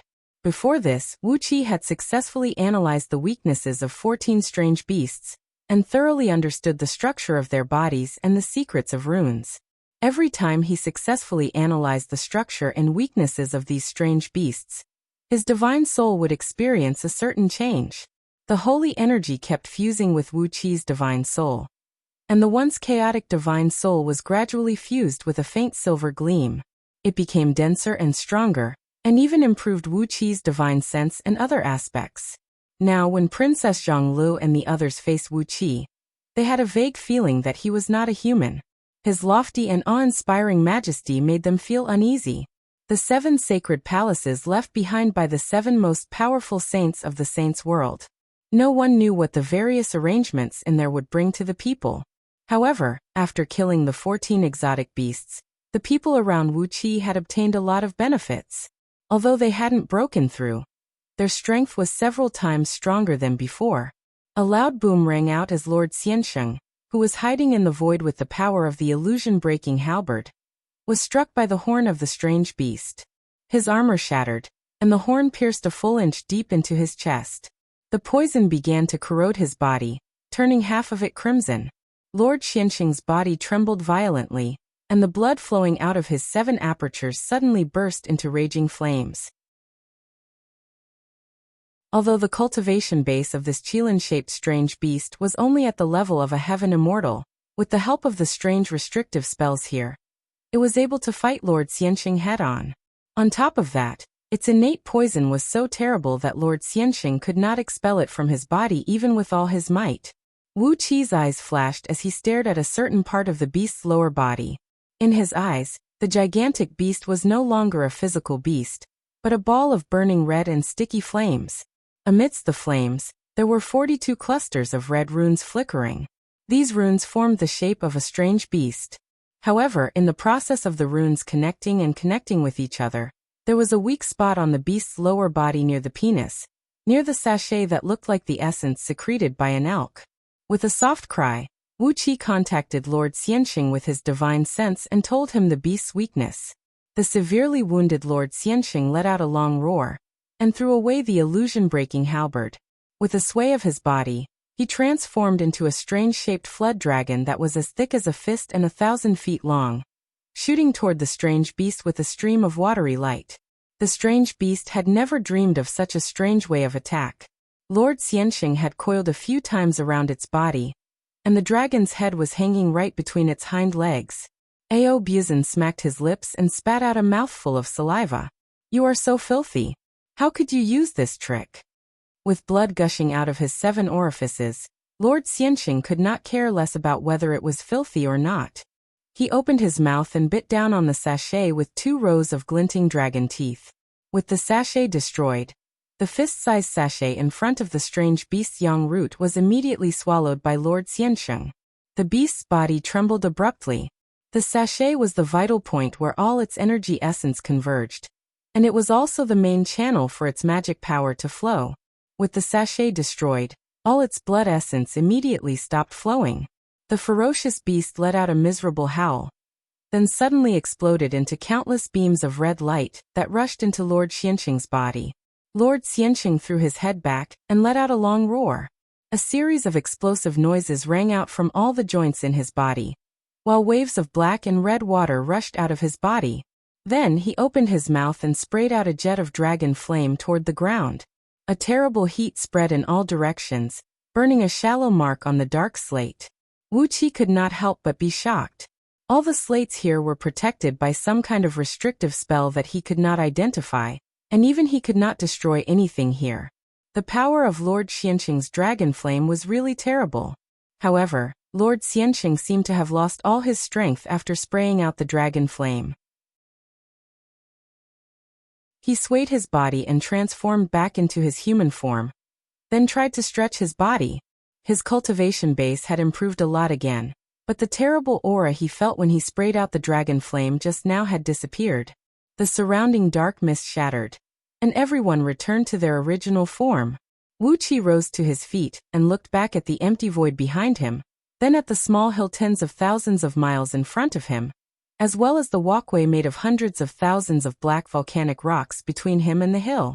He took a deep breath, pointed to the front, and said with a smile, "Let's keep going. Since they have arranged it this way, we'll just go along with them. Let's see how many benefits we can get after we finish walking the path outside the 9 palaces." After regulating their breathing for a while, and adjusting their physical condition to the best, no one said a word and stepped onto a black rock in front of them at the same time. The walkway behind them turned into a stream of black light, and shot into Wuqi's body without making a sound. Wuqi felt a cool sensation in his body again, and it was still the same strange feeling as if he had obtained something, but he could not tell what it was. A faint black mist came from all directions, turning into a black mist barrier that enveloped everyone. Frozen under the black, translucent volcanic rock was a green toad with 3 long legs, a skinny body, and 9 golden threads on its back. It was so green that it was frightening. It was so green that it looked like it could ooze green juice from its entire body.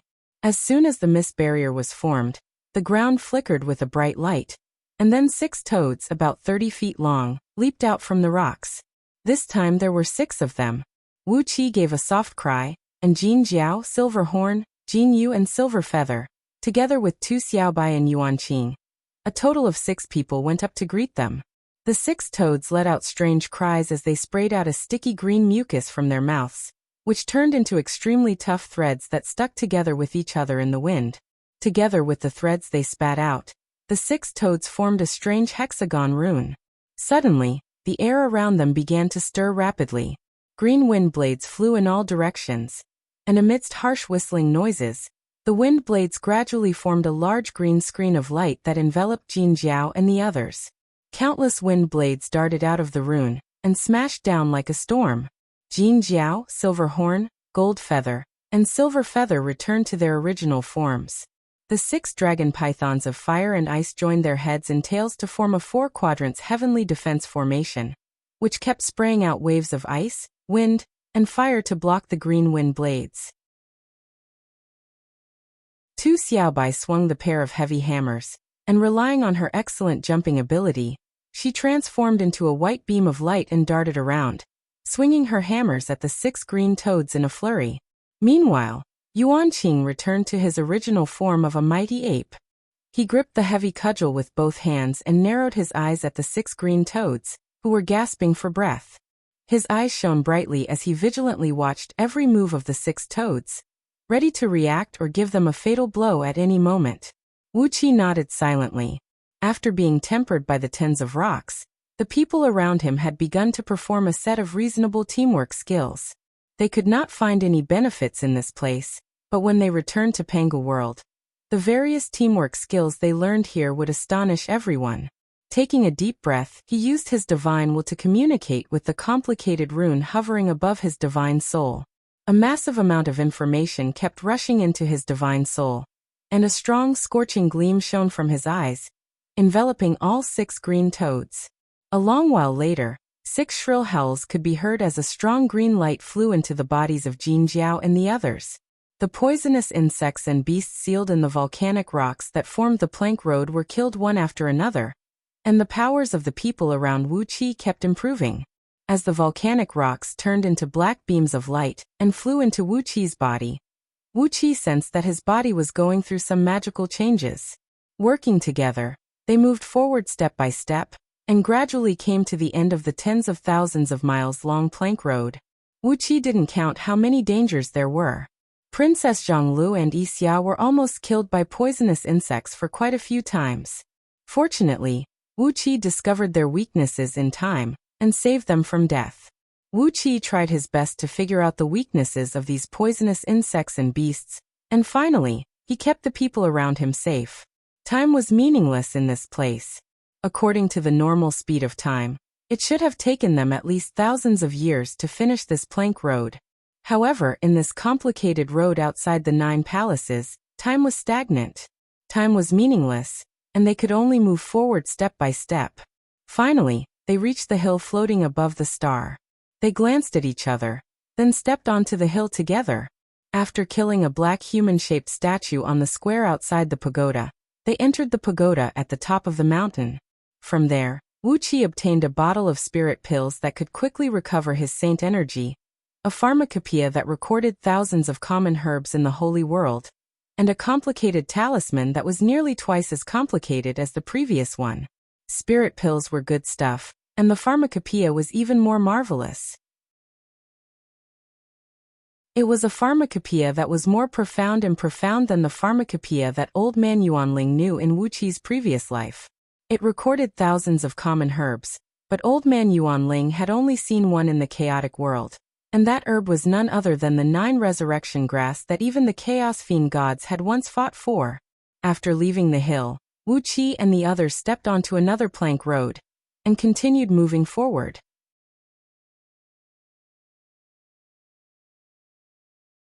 Chapter 1138. After they left the small hill, the plank road in front of them was like a huge bamboo leaf grass. The plank road was paved with pieces of jade that were as thin as paper, and had a circumference of several tens of feet. Each piece of jade looked like the scales of a bamboo grass, extending from under the feet of the group to a lonely terrace nearly 10,000 miles away. Different from the black volcanic rock plank road in front, this plank road paved with jade pieces was engraved with all kinds of herbal patterns. Faint water vapor lingered on these herbal patterns, looking no different from living creatures. They knew that the restrictive spells here were extremely mysterious, and that even if there were any ambushes, they would not be able to see through them. Therefore Wuxia and the others adjusted their bodies to the best condition, then carefully stepped onto the first plank road. A green light flashed before their eyes, and just like the plank road in front of them, their bodies shrunk quickly. The tens of feet wide jade road now looked like a small piece of land that was thousands of miles wide. The large piece of land was laid flat, and was covered with all kinds of flowers and trees. A gentle breeze blew across their faces, and the aroma of herbs filled their nostrils. Wuxia fixed his eyes on the woods, and found that many herbs were growing in strange shapes. They were all species that he had never seen in the chaotic world and Panga world. But according to the medicinal encyclopedia obtained from the pagoda just now, these herbs were the most common ones in the holy world. Before Wuxia could see how many herbs there were, he heard a muffled moan. Tu Xiaobai rolled her eyes and fell to the ground. Countless tiny green blood vessels swelled on her fair face, making her beautiful face look especially scary and ferocious. Her heart was beating nearly 100 times faster than usual. Her heart was beating so fast that it sounded like hundreds of people were clapping their hands at the same time. Even from tens of meters away, one could hear it clearly. If Tu Xiaobai did not have the body of a demon immortal, and the cultivation base of a Tao-breaking expert, the rapid heartbeats alone would be enough to kill her. But it was not the rapid heartbeat that killed her. What killed her was the poisonous gas that was gradually spreading in her body. Wuxia sent his divine will into Tu Xiaobai's body, and he could clearly see a pale red poisonous gas spreading through her body. Wherever it went, her bodily functions would suddenly become thousands, or even tens of thousands of times faster. It was as if a spark had been thrown into a barrel of gasoline, igniting a raging fire and burning away her life force. The endless life force that could support Tu Xiaobai's immortality was being consumed rapidly. According to Wuqi's judgment, she could linger at death's door for 13 days at most before she was burned into a pile of ashes. Next to him, Princess Zhonglu also judged Tu Xiaobai's current situation. She hurriedly took out a few energy-replenishing spirit pills and stuffed them into her mouth. But as soon as the spirit pills entered her mouth, they suddenly burst into flames, burning her lips and damaging her vitality. It did not do her any good at all. Yuanqing, who had become a disciple of Wuqi at the same time as Tu Xiaobai and had a deep friendship with him, knelt on the ground in panic and hugged Wuqi's thigh. "Master, what's wrong with this rabbit demon? How did she become like this?"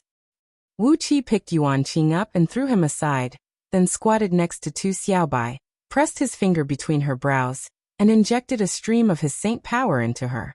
But as soon as the saint power entered her body, it burned rapidly. Her life force, which could last for 13 days, was rapidly reduced by the flame, and when Wuqi realized something was wrong and withdrew the saint power, Tu Xiaobai could only last for 6 days at most. Wuqi's expression changed. The 9 Palaces road map floated up again, and the head of the strange beast flashed on the map. He licked his nose with his long tongue, shook his head, and said, "Once you set foot on this path, there's no turning back. Well, there are 360 spirit herbs in this forest, and 3 of them can be used to make white water powder to save this short-tailed rabbit demon.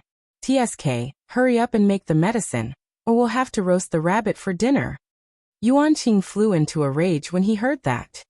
He bared his teeth and swung the stick at the strange beast's head. The strange beast giggled, then turned into a beam of black light and disappeared into the map. Yuanqing smashed the 9 Palaces road map onto the ground with his staff. The seemingly soft ground exploded with a terrifying rebounding force, sending Yuanqing and his family flying hundreds of miles away. They crashed headfirst into a tree and nearly broke their necks. "Stop it!" Wuqi scolded, telling Yuanqing to calm down. Then he sat down beside Tu Xiaobai and quickly immersed his divine sense into his spiritual ocean, carefully probing the second rune he obtained from the pagoda. Once again, a large amount of information came out. The first rune taught Wuqi the most basic method of analyzing the weaknesses of various living beings in the Holy Realm, while the second one taught Wuqi how to analyze the medicinal properties of herbs and extract the required medicinal power from them to make pills. The method of alchemy in the Holy Realm was very different from that in Pangu world. When Wuqi and the others concocted pills, they had to mix all kinds of herbs according to the proportion, put them into the furnace, and quench them with the flames of civil and military. The unnecessary medicinal properties were expelled, and the useful ones were extracted slowly, then combined into pills. Pills made in this way would inevitably contain impurities. Even the immortal pills made by beings like the 7 Buddhist patriarchs and the 9 Tao patriarchs still contained impurities, but the amount of impurities was negligible.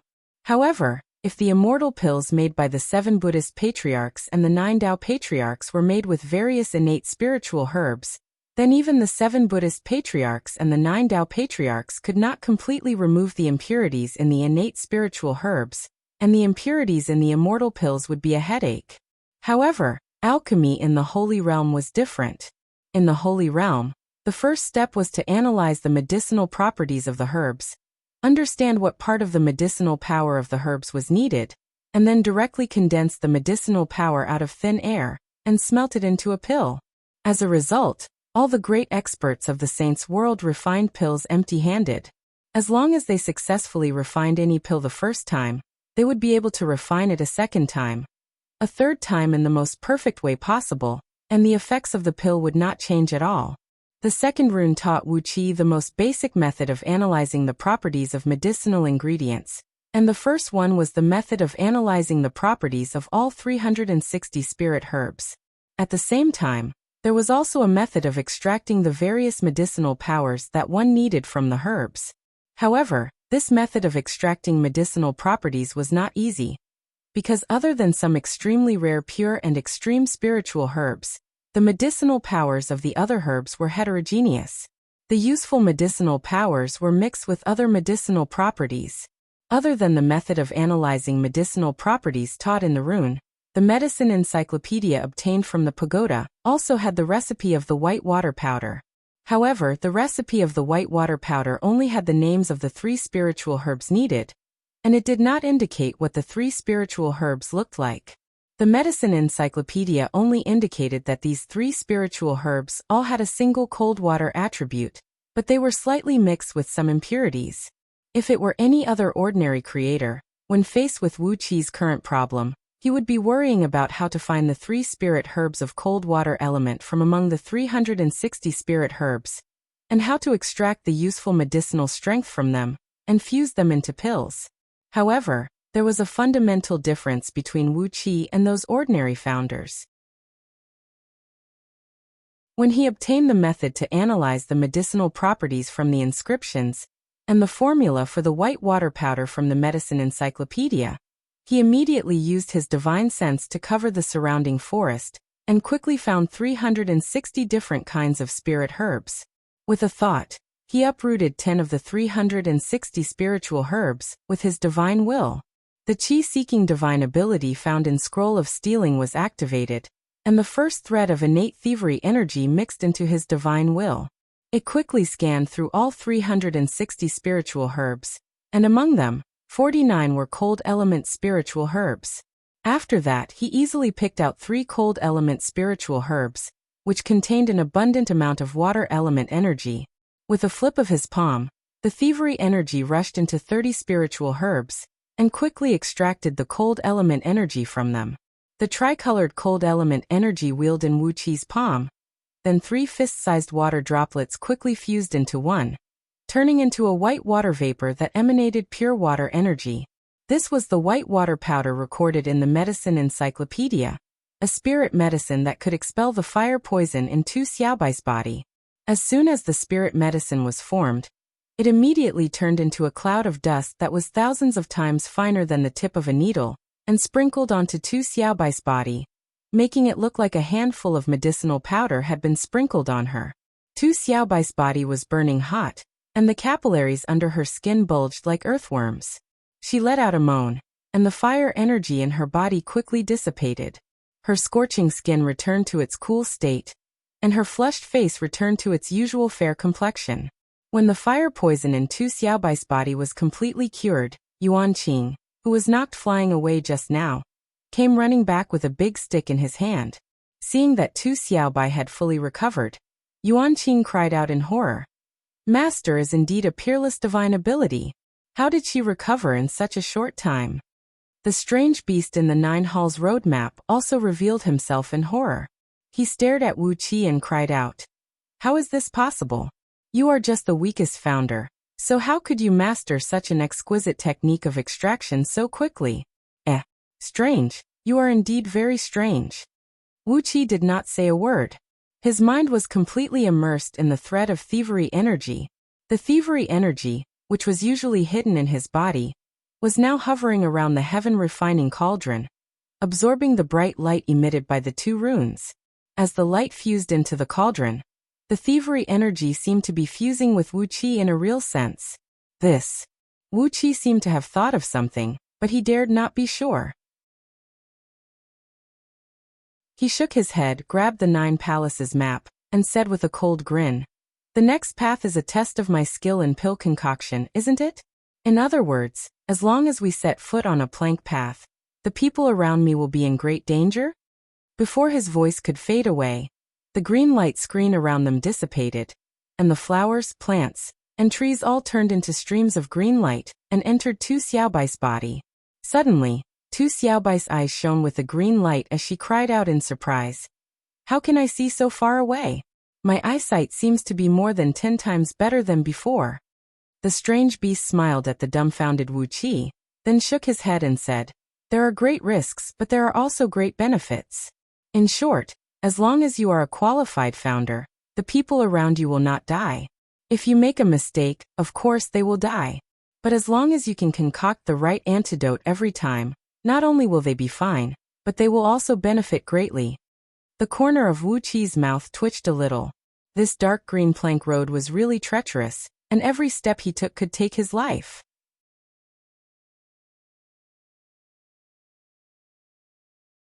Chapter 1139.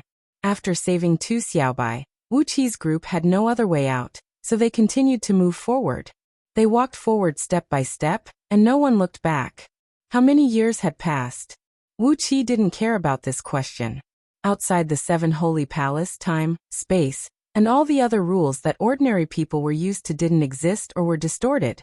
They walked on the plank road step by step, breaking the deadly restrictions everywhere. They struggled on the edge of life and death, and they didn't have time to care about the things around them.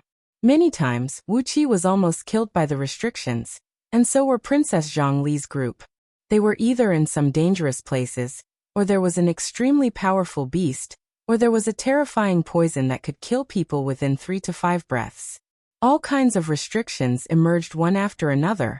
Wu Qi struggled and tried his best to study the symbols left by the restrictions. He broke them one by one to protect them. A long time ago, when Wu Qi's group had walked through hundreds of plank roads of different colors, they arrived in front of a grand palace. This palace was one of the 9 palaces outside the 7 holy palace. According to the strange beast in the map, if they could enter this palace and come out safely, Wu Qi's group would receive great benefits. Princess Zhongli's group would have a chance to reach the incipient creation realm. However, after they got out of this palace, Wu Qi's group wouldn't have a chance to enter the 9 palaces outside the palace anymore. They would directly enter the 7 holy palace to find their own treasures. They would either get great benefits from the 7 holy palace and leave safely, or they would be buried in the 7 holy palace. But no matter what the result was, they would never be able to enter the 9 palaces again. Thus, Wu Qi resolutely gave up on entering this palace.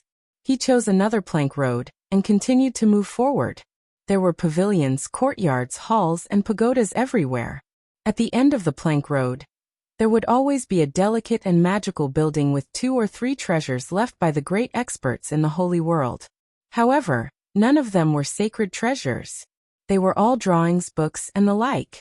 Most of them were the symbols in Wu Qi's Sea of Consciousness, which were made up of thousands or even tens of thousands of layers of light patterns, which recorded a huge amount of data. How many symbols had they collected on the way? Wu Qi didn't bother to count. At first, he was still interested in counting how many symbols he had and how many benefits he had received.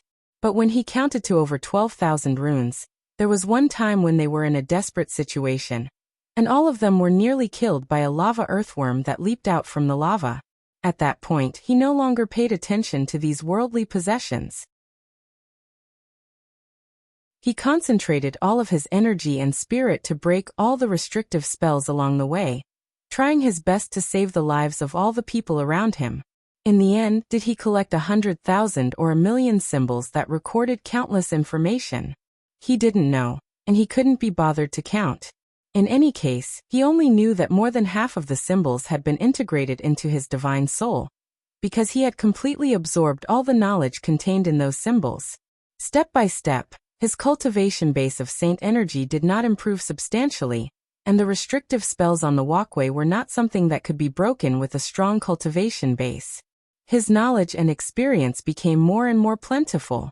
He had seen the most common rare beasts and poisonous herbs in the saint's world, as well as the various natural hazards, restrictions, and other strange things. His mind became more and more stable.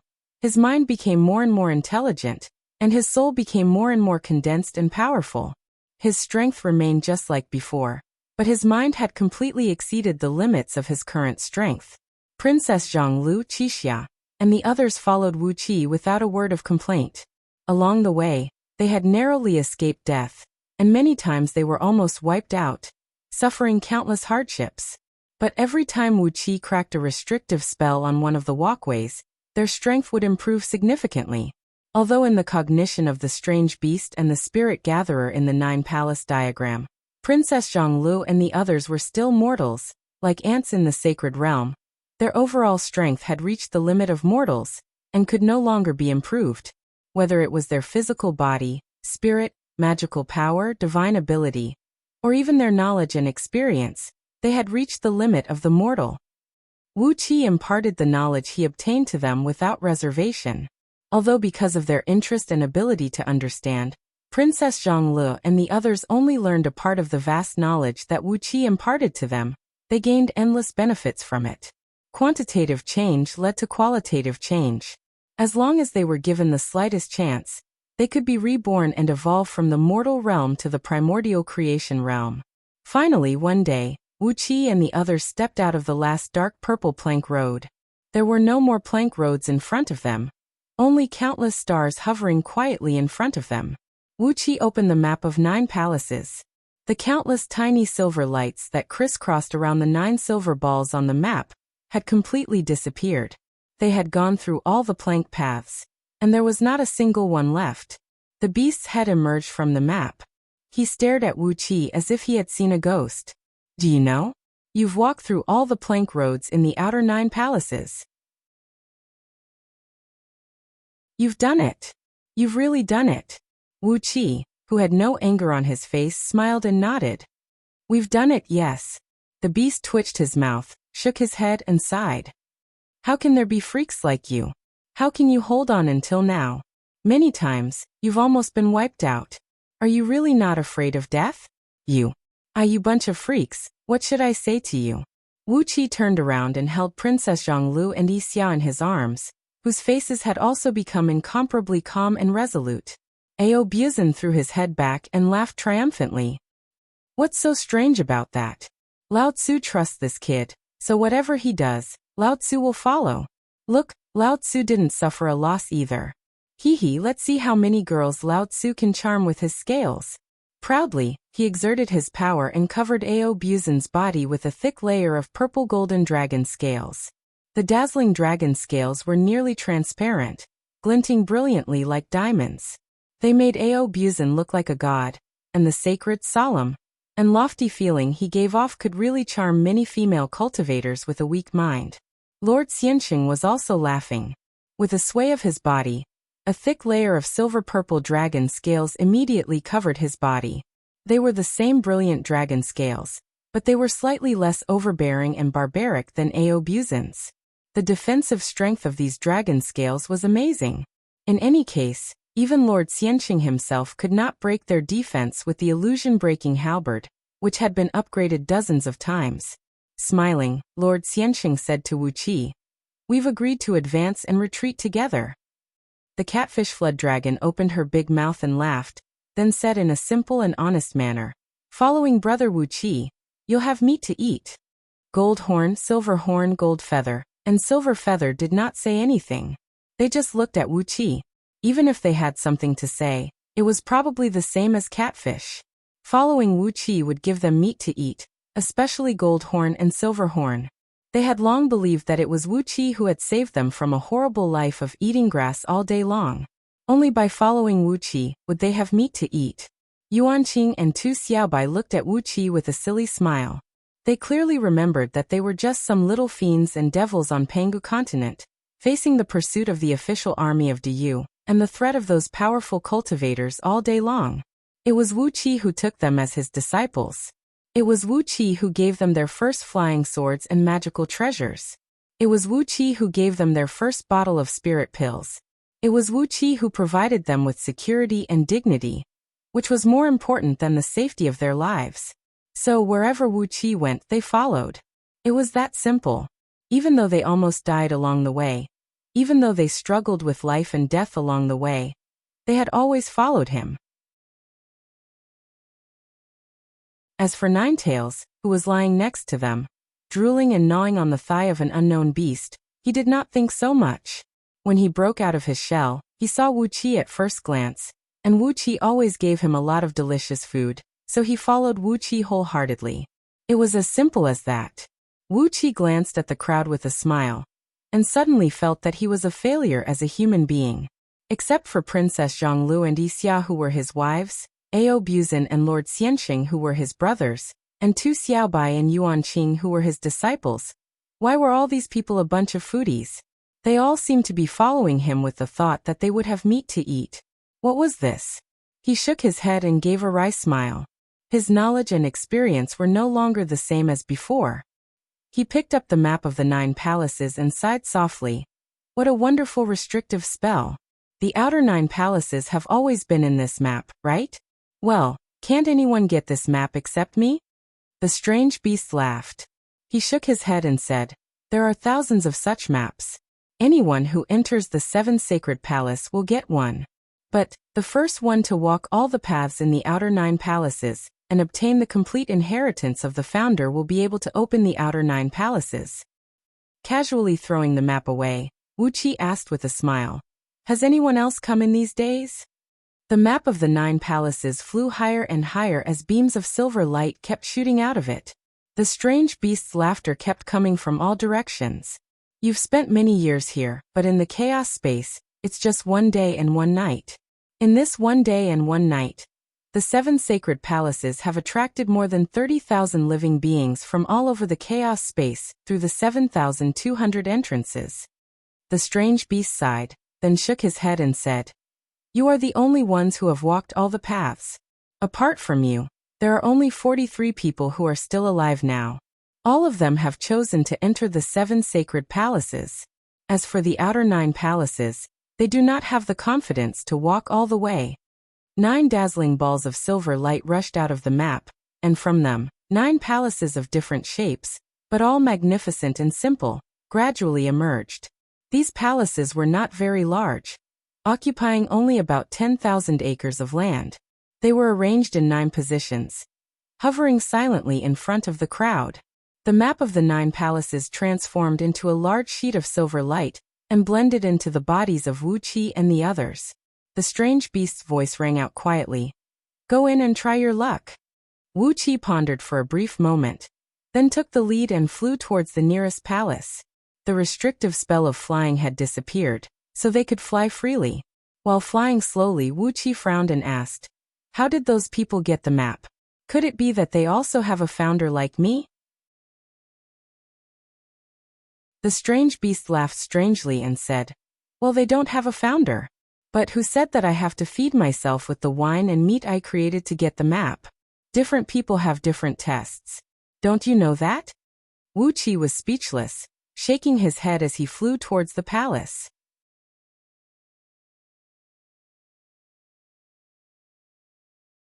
Chapter 1140. After exclaiming for a while, Wuxia took the lead and walked into the palace. While talking, the old man suddenly burst into tears. I have thousands of new concubines in my palace. How could I die like this? Wuxia and his company raised their heads to look at these statues as well. They were all wearing the same tall crowns and the same long robes, and all had a serious expression on their faces. There was even an indescribable aura of death in their granite-like expressions. Wuxia always felt that these old men and women looked like prisoners on death row. It was as if they knew that they were going to die, and everyone was just pretending to be calm. After commenting on these statues for a while, Ao Buzin squatted on the ground, slammed the ground hard, and then shook his head and sighed. Different from these statues, which took a lot of energy to maintain, the materials used in this palace and the square outside the palace were simply too shabby. There were no precious materials used, but ordinary granite that could be seen everywhere. However, the polishing process was very delicate. The lines of the rock were pieced together into exquisite patterns, which looked dignified. A figure suddenly appeared in front of Wuxia and the others. It was a white-bearded old man wearing a white robe and a high crown. The kind-looking old man quietly looked at Wuxia and the others for a while. Suddenly he sighed and said, "You are here? Since you are here, I am already dead, right? I am actually dead. There are so many good wines to enjoy, so many beauties waiting for me to love. How could I die? However, outside the other palaces, the statues standing on the giant pillars were strange. Some were beasts, some were birds, some were insects, and some were poisonous snakes and pythons. However, these statues were much fewer than the humanoid ones. For example, there were at most 100 statues of poisonous snakes and pythons. The voice of Jailing sounded faintly. The holy world is divided into 10 ranks. There are 3 ranks of initial creation, 3 ranks of spiritual ancestor, and 3 ranks of sage. The last rank is the rank of the strongest 7. Congratulations, Master. You are now a qualified original creator. You are now the weakest original creator. Hundreds of statues were all broken, and the holy power in the statues had been absorbed by Wuxia. Only then did Wuxia feel that his body had finally undergone a substantial change. Whether it was his fleshly strength, the cultivation base of his holy energy, the range of his divine sense, or the sharpness of his 5 senses, everything was very different from before. Along the way, people were quietly guessing all kinds of possibilities in the holy world. They had already reached the front door of this palace. Under the gaze of those statues, they walked slowly along a corridor in the center of the palace.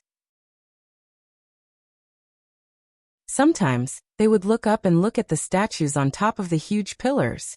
There was no need to ask to know that these people were definitely experts who had once commanded great power in the saints' world. Regular spirit ancestors and founders would not be able to leave their mark here. They would be saints with a name at the very least. Looking up at those statues on top of the pillars, Wuxia Wu, and sages. Wu. What were they thinking when they died? Did they have a sense of crisis like Wuxia? Did they struggle for survival like Wuxia? Did they pursue power like Wuxia? Are they the real original creators now? Wuxia shook his head. It seemed that although the hierarchy in the holy world was simple, the difference between each rank was huge. Stretching his body, Wuxia let go of Princess Zhonglu and Yixia's hands. He pressed his hands on the stone door, which was 30 meters tall and 6 meters wide, and slowly pushed it open. Before Wuxia could think of a topic to strike up a conversation with this old man, the old man suddenly smiled and said, "Sai, if I die, then so be it. If I die, none of them will be able to escape. So many people will die with me. There are my old lovers and my old enemies. If they all die, I won't be lonely." Holding Princess Zhonglu and Yixia's hands, Wuxia smiled as he walked. "We won't become statues in the future, right? I remember a long, long time ago. I said that I will live well, and live well with the people around me." As he pushed, Wuxia found that the stone door was so heavy that it could make a person collapse. With his current strength, he almost couldn't push it open. It was too heavy, indescribably heavy. Blue veins popped out from Wuxia's forehead, and his entire body was soaked in sweat. He could even taste the blood in his throat. He had used all of his strength, and only then did he barely push the stone door open, just enough for a person to pass through. Cracking noises kept coming out from the door, as one statue after another turned into dazzling streams of light that looked like diamond dust, drifting down from the sky.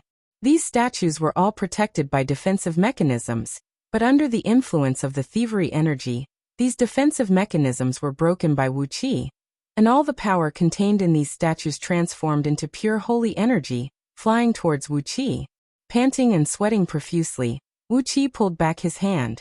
With a bitter smile on his face, he looked at the palace door, which was only slightly opened, and said, "Well, let's just go in. This door is just too heavy. Is this some ordinary granite?" But soon, they raised their eyes and looked at the few palaces in the distance. This time, Audiobook smiled as well. Right outside the palace closest to them, on those huge pillars stood statues of handsome men and beautiful women. There were handsome young men who looked like deities, and girls who were stunningly beautiful. These statues of handsome men and beautiful women were very much to Audiobook's taste. He clenched his fists. He wanted to protect his 2 wives and the children in their wombs. In Princess Zhongli's belly was the fruit of him and her, a lovely life destined to be strong. And in Yixia's belly was the terrible 360,000 invisible sky devils that he and she had inadvertently given birth to. But no matter they were devil seeds or devils, they were Wuqi's children. He wanted to protect them. It was empty outside the palace, and there was no plaque or anything like that to indicate the name of the palace. However, there were hundreds of giant stone pillars surrounding this quaint palace, and on top of each pillar stood a tall statue. They were all old men and women wearing tall hats and long robes, their faces solemn and respectful. All of them had their heads slightly lowered, as if they were sizing up Wuqi and his company. Suddenly, a faint sigh was heard coming from within the palace, giving Wuqi a fright. Luxurious. This is too luxurious. Aobuzin was shocked. Aren't they just statues? Do they really need to put in so much effort? His brothers, his friends, and his family were all people he cared about. He needed more power. He needed more power. He wanted to protect them. It did not matter if they were world breakcasters or something else. If they wanted to harm Wuqi's interests, they would fight to the death. A speck of spiritual light flashed between his brows, and the first strand of innate thievery energy turned into an invisible net that silently enveloped the hundreds of statues. Wuqi controlled the thief air to invade the statues. He quietly shouted, "If you guys are dead, why are you leaving these shadows? If you are dead, you are dead. If you leave a statue, no one will remember you. Only being alive is real. If you are dead, you should die cleanly." Wuqi suddenly realized he had forgotten the name of Qingqing Taoist. He still remembered the despair and helplessness he felt. It was that kind of despair and helplessness that drove him to where he was today. It drove him to struggle hard, to obtain higher authority and greater power at all costs. Not only did he have to protect himself, but he also had to protect the people around him. The sky was filled with streams of light that looked like snowflakes. The streams of light kept falling down, shattering the statues one after another. Aobuzin looked at the statues that kept breaking. He sighed and said, "Hey, are the saints in the holy world all old men and women? Why is there not a single one of them young and beautiful? TSK, if these statues are destroyed, then so be it. It's not a pity."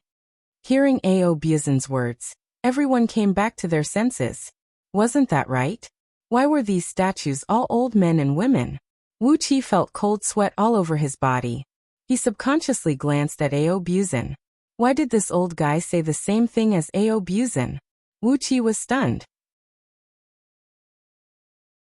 Saint artifact and last words? How should he choose? Everyone looked at each other in surprise. Even Aobuzin, who was the most unscrupulous, shut his mouth. The divine abilities of the holy world were truly unfathomable. They used their divine senses to scan the stone door again and again. It was indeed an ordinary stone door carved out of granite, and there were no restrictions placed on it. However, how could such a thin granite door be so heavy? While speaking, Wuqi suddenly swore, because he suddenly saw that the stone door that had exhausted him so much was only as thin as a cicada's wing. It was even a few times thinner than a cicada's wing. Such a thin door. In Wuqi's impression, he could blow it into pieces with one breath, but it actually made him so tired. But the power contained in these statues shocked Wuqi and the others. It was a terrible power that was several times stronger than the current Wuqi. This unimaginably powerful energy was evenly distributed within the statue. Clearly, this energy was only used to maintain the statue from being damaged.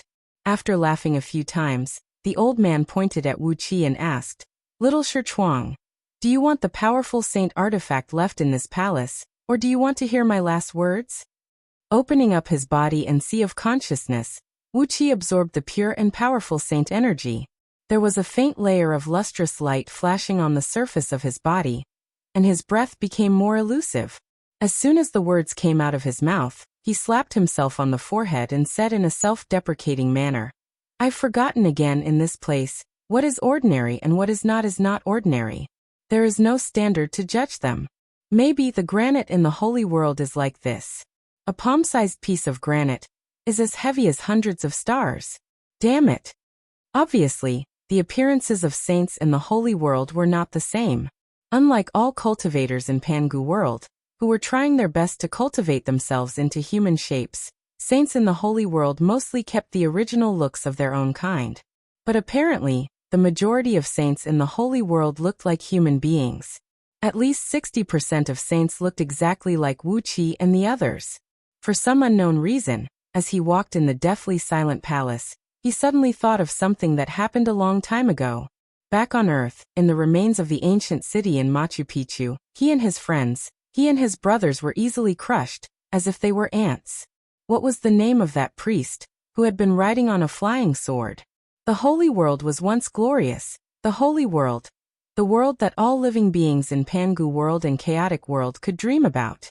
Those supreme beings, who stood high above the masses and controlled the fates of billions of living beings, had left nothing but these statues. Jihao glanced at Aobuzin and the others, who were walking beside him. The others were struck dumb. They had been fighting side by side with Wu Qi for the past few days, and they had weathered countless storms and obstacles along the way. They all knew that Wu Qi's current strength had long gone beyond the limit of their imagination. However, as powerful as Wu Qi was, it took him so much effort to open the door. What was this door made of?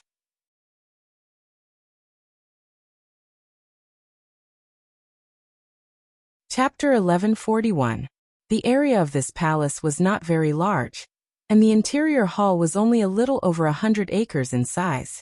It was very clean, without a single pillar, and the ceiling was over 1,000 feet above the ground, looking very spacious and bright. The old man floated in front of Wu Qi and the others. Behind him was a hazy halo, and one could vaguely see many strange-shaped objects flickering in the halo. Hey, hurry up and tell me, do you want a powerful sacred tool, or do you want to hear my last words? The old man squinted his eyes and laughed a few times. He clapped his hands and said with a relieved smile, "Since I'm already dead, then let me die a clean death. As for those new concubines, if it's a pity, then so be it. In short, do you want a sacred tool or my last words? Hurry up and think about it. I don't want to waste my time with you kids." Without waiting for Wu Qi to speak, the old man urged again. "Although my time was not precious when I was alive, now I'm in a hurry to die, and I'm in a hurry to die a clean death. So you'd better hurry up and decide what you want." Wu Qi did not say anything. He also squinted his eyes and looked at the old man. He carefully probed the old man with his divine sense, and found that the old man's body was no different from an ordinary person's. He had flesh and blood, a temperature, and a heartbeat. He looked like a normal person, but his aura was a little strange, and he seemed to be missing something. He should be a man-made object, an object created by a sage. He was not a ghost, nor was he a puppet, nor was he a projection, nor was he a doppelganger. What was this old man? Wu Qi had not yet come into contact with the level of those sages, so he could not figure out what this old man was. He did not give Wu Qi any sense of threat, just like a bowl of water. Seeing that Wu Qi did not say anything for a long time, the old man scratched his head and slightly tilted the crown on his head. He smiled and said, "Is it hard to make a decision? Well, I can't tell you my last words first, but I have some powerful sacred tools here. I can take them out for you to see." The old man casually made a grabbing motion towards the light curtain behind him, and a quivering pink ball of liquid was pulled out by him. The ball of liquid immediately condensed into a pink crystal ball the size of a human head. He proudly weighed the crystal ball in his hand and said with a chuckle, "This is the one and only treasure in the world, Womanland." Hee, it was the sacred artifact that I was most proud of back then. Aobuzin's eyeballs almost popped out of their sockets. He grinned and rubbed his palms together. "Womanland? TSK. What's the use?" The old man glanced at him with a smile and nodded thoughtfully. He muttered in a low voice, "So there's someone with the same interests here. It's a pity that I'm already dead. Otherwise, I'd definitely compare notes with you on how to deal with beauties." Back in the day, I was able to sleep with 30,000 beautiful virgins without falling, and I killed them until their blood flowed like a river. TSK, I established myself as the #1 man in the sacred realm who cherishes beauties. While blowing his own trumpet, the old man did not care about the strange expression on Aobuzin's face. He gently pointed at the Womanland, and a moan rang out. The huge crystal ball sprayed out a pink mist, which gradually spread out with a faint fragrance. Then, a soft voice and laughter could be heard. When the mist dispersed, A dozen naked young girls appeared next to the old man, smiling sweetly. Each of these girls had a beautiful face. They had plump and supple breasts, slender and soft waists, and long and powerful legs. They were either pure, enchanting, noble, gentle, smiling, angry, chasing each other, or sitting quietly next to the old man, looking at the crowd with a smile. What frightened Wuxia was that the weakest of these girls had the cultivation base of the peak level of Tao reasoning, and the strongest one had the cultivation base of the peak level of Tao breaking. Moreover, there was a pair of beautiful twin girls. One of them was emanating a strong heat, while the other was emanating a chilly air. Clearly, they were a pair of beautiful girls who possessed the power of both ice and fire. Aobuzin's saliva dripped from the corner of his mouth to the ground. He stared at the twin girls and said with a silly smile, "Unspeakable beauty! Twin sisters, ice and fire! How could there be such a pair of beautiful girls in the world? Oh my, this womanland is indeed a supreme divine artifact." The old man smiled and handed the pink crystal ball to Aobuzin. "If you want it, it's yours."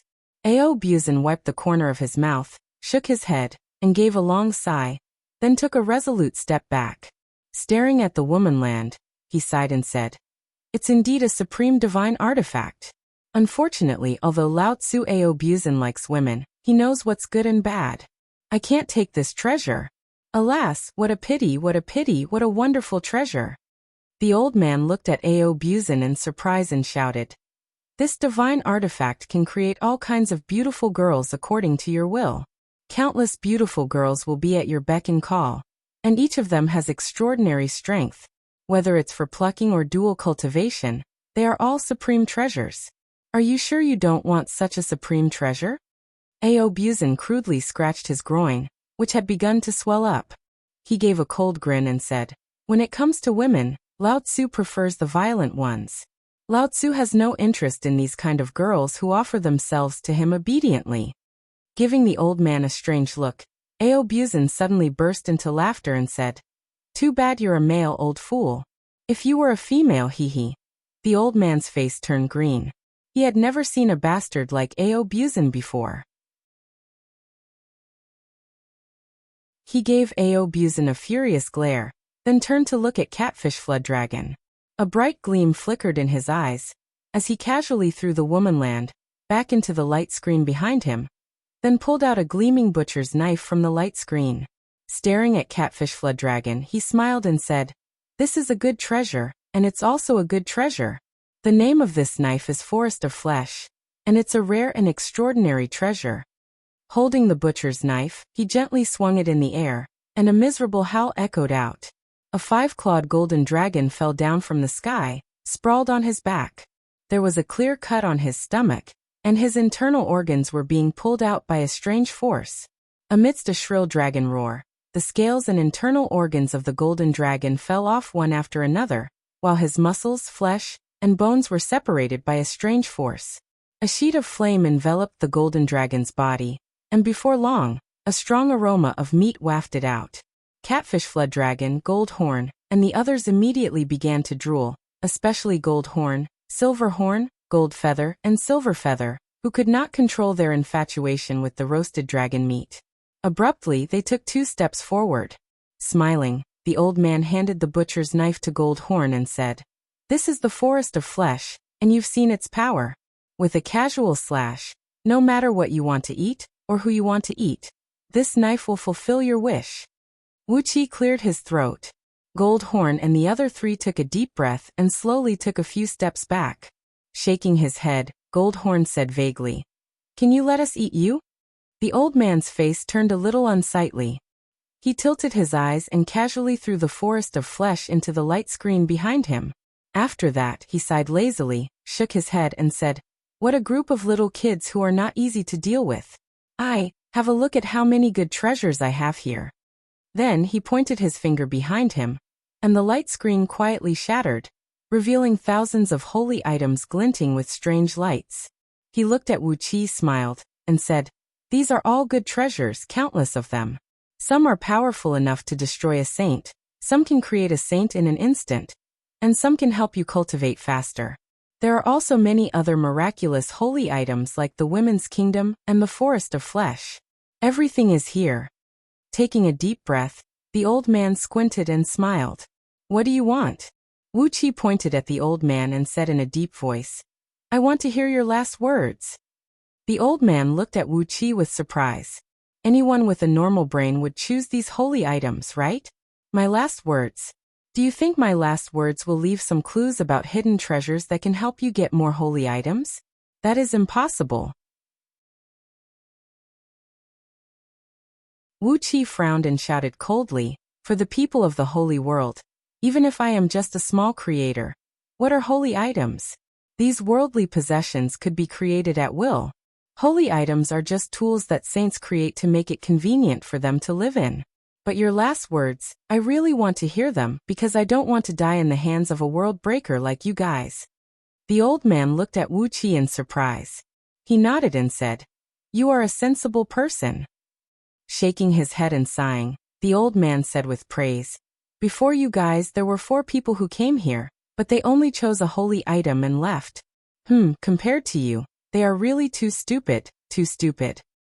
After laughing a few times, the old man asked, Then since you guys have walked all the plank roads outside to come here, then, you should have heard the pile of nonsense left behind by that little guy Zidan, right?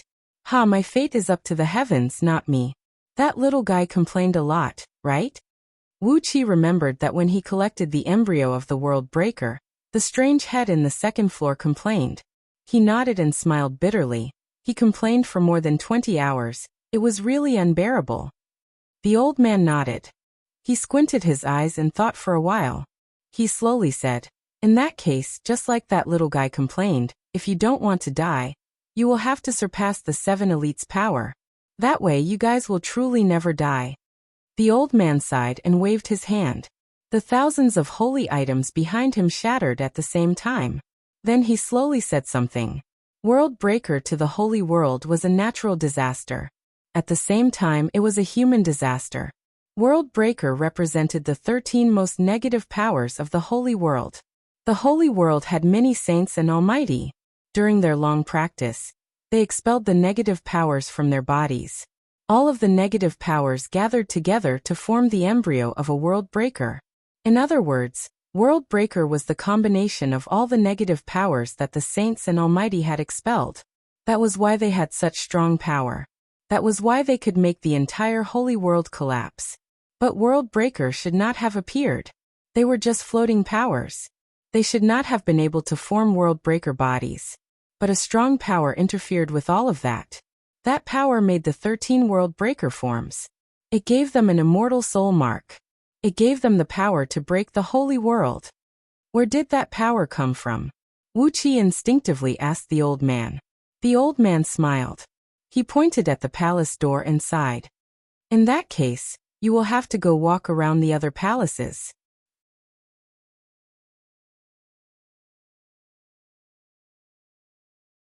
Chapter 1142. Wuxia and the others had walked around the 9 palaces surrounding the 7 sacred palaces. In every palace, there was the same choice, a divine artifact or last words. Wuxia was in for a penny, in for a pound, in for a pound. All 9 palaces chose the last words left behind by the saints of the sacred world. After walking around all 9 palaces, they were sent out of the 9 palaces by a huge force, floating in the air above the 9 palaces. The 9 palaces slowly disintegrated, disintegrating into countless tiny halos in front of everyone. Accompanied by the beautiful voice, the halos formed a huge light screen, and a dark and hazy scene appeared in it. A vigorous and powerful voice that seemed to directly blast one's soul resounded in the void. He began by repeating the last words left behind by the saints in the 9 palaces. Then he began to expand from these last words and began to describe the origin of the sacred world, and the origin of everything to Wuxia and the others. If the last words of the saints in the 9 palaces were the general outline, then what this voice said was the complete story. The light screen was pitch black, everything was dead, and nothing existed. The voice slowly narrated that before the origin of all things, there was a long period of time when nothing was born, and nothing existed. The void where everyone was now was just an endless void. Suddenly, the black light screen began to flicker, and there were faint wisps of spirit light rippling on the surface of the water. The voice said that in the endless void, an unknown force pushed the most primitive sea of life, and above that sea, the most primitive spirit was born. It was similar to the souls of humans today, similar to the divine souls of Wuxia and the others, but it was more original and purer than all souls and divine souls. This kind of spirit represented the original power of all things. They were ignorant, but they were omnipotent. Suddenly, the sea of life was torn in two, and two huge spirit lights shot into the sky. The voice roared loudly, as if it wanted to blast every word into the divine souls of Wuxia and the others, firmly imprinting it in their divine souls, so that they would never forget a word it said. In the most primitive spirit, there were two great powers. One represented growth and reproduction, while the other represented death and annihilation. Black and white, light and darkness, life and death, yin and yang. The forces of the world were opposites, and so were the two infinite forces born from the primordial beings. They represented the two sides of the endless void. They were polar opposites, and there was no possibility for them to coexist peacefully. In the pitch-black void, a bright light flashed, and the most primitive stardust appeared. The surging stardust swirled rapidly, giving birth to large nebulae, stars, planets, comets, meteorites, and countless celestial bodies. Following that, some of the most primitive life forms appeared on some planets with abundant spiritual energy. Following a pattern that Wuxia was very familiar with, life appeared in the boundless void and began to multiply and evolve. It represented the power of breeding and reproduction, driving the evolution of life. In the beginning, life was weak and insignificant, not even comparable to ants. There were billions of strange and bizarre life forms. They constantly multiplied and devoured other life forms to evolve, making themselves stronger and stronger. As life appeared and the power of life in the void increased, the power of breeding and reproduction, the power that many saints in the sacred world called Mother, also grew stronger and stronger. The lifespan of those living beings was endless. They never faced the danger of death, and they could reproduce and develop freely. Mother created these living beings, and as they developed and grew stronger, the power of Mother grew stronger and stronger. At the same time, the power that the saints called End, the power that represented death and annihilation, grew weaker and weaker. Because of the power of Mother, End, which had been fighting against Mother ever since it was born, became weaker and weaker. There were many times when it was almost destroyed by Mother. If Mother really did destroy End, the endless void would continue to develop according to the will of Mother. Life was endless, life was endless, life was endless, and living beings could reproduce and develop freely. They would never face the threat of death. However, after a series of failures, End finally found a way to increase its power. Where there was life, there was death. The continuous reproduction and growth of life made Mother stronger and stronger, while the death and slaughter of life made End stronger and stronger. End began spreading death and war among the living beings. It affected the intelligence of the most primitive group of living beings, forcing them to launch one large-scale war after another. The first group of living beings created by Mother were incredibly powerful. Some of them even reached the same level as the 7 strongest beings in the sacred world. There wasn't just 1 or 2 such powerful beings, but hundreds of millions of them. So many powerful beings erupted in a war that affected the entire race. Countless lives fell, and countless lives perished. Their deaths brought in great power. End, who had been beaten to the brink of death by Mother, recovered and heavily injured Mother a few times. Life and death, reproduction and destruction. From then on, if there was life, there would be death.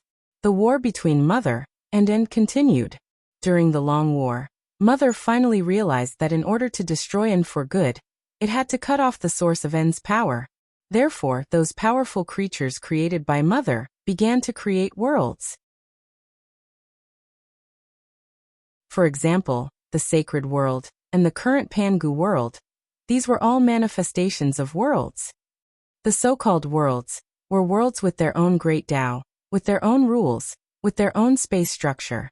Worlds and the endless void were separated by a special shield, which could effectively fend off End. After the birth of the realm, The mother created a unique secret art that could expel the negative energies related to the end from the body. Just like the sacred world was peaceful and rarely fought. This was because all the negative energies within the saints' world, spirit ancestors and primogenitors had been purged. All the negative energies such as envy, hatred, bloodlust, and brutality had been completely purged.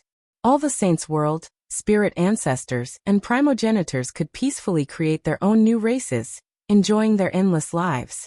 But and also found the best way to deal with worlds, which was to gather all the negative powers that had been expelled and turn them into world breakers, giving them immortal soul seals, and letting them destroy worlds one after another. When a world was destroyed, the power of Mother would be severely damaged, while the power of End would be largely improved. Because world breakers came from the powers of living beings in worlds, they could freely enter and leave worlds, start wars and slaughter living beings. The more they killed, the stronger they became. At last, they could destroy a world completely. Looking at the ever-changing illusions on the screen and listening to the voice's explanation, Wuxia and the others felt like they were in a dream. Suddenly, a very tall, handsome man appeared on the screen. He stood in the endless galaxy, and his eyes stared blankly at Wuxia and the others. Suddenly, the voice became extremely agitated, and began to tell a series of unimaginable things to Wuxia and the others. Mother and End had been fighting for countless years. In the most recent war, both sides were injured, and the two powers went into a long hibernation. The Saints' world was the last surviving world, in the endless outer space. Even if there were a few living beings in the outer space outside the Saints' world, they did not amount to much. They did not even develop enough intelligence. At the last moment before the sacred world was destroyed, the last and strongest group of saints worked together to perform divination. Finally, they found an important piece of information. Because Mother and End were in a deep sleep, their control over the endless space was extremely weak. This gave the countless living beings who had been controlled by the two powers the best chance in countless years. The chance to transcend the mortal world and become saints. The chance to transcend everything. Although Mother and End were powerful, and although they were existences similar to all creations, they were just the aggregations of the most primitive spirits in primordial era. They were omnipotent, but they did not have a clear intelligence like Wuxia and the others. They could not think, calculate, strategize, or deliberately prepare for a certain purpose. At the end of the day, they were just two powerful forces, similar to the great Tao of nature. Therefore, Mother and End could be deceived. They could be deceived. Especially now, when they were all in a state of endless hibernation. Some lucky creatures, if they had enough luck and fated chances, would have the chance to transcend the mortal world and become a saint, transcending everything. If they succeeded, they would become existences equal to Mother and End. From then on, they would no longer be controlled by them. They would be able to do whatever they wanted, and they would no longer have to worry about birth, aging, sickness, and death. The figure of the middle-aged man in the light screen slowly decayed. The voice sighed. The 7 strongest beings of the sacred world were the group of people who were closest to that level. As long as they could take the last step, they would become existences equal to Mother and End. Perhaps they would not be as powerful as them, but they would become existences at the same level. Among the 7, even if only one of them succeeded, the sacred world would not be destroyed. Countless living beings in the sacred world would continue to live freely. The scene of the sparkling sea of life appeared in the light screen again. The voice rumbled. Mother and End are the aggregations of the spirits of the absolute beginning, but they are not the aggregations of all spirits.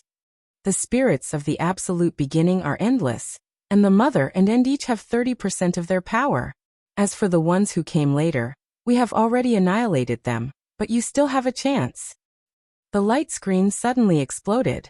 Countless beams of light gathered together and turned into a splendid path, extending from the feet of Wuxia and the others.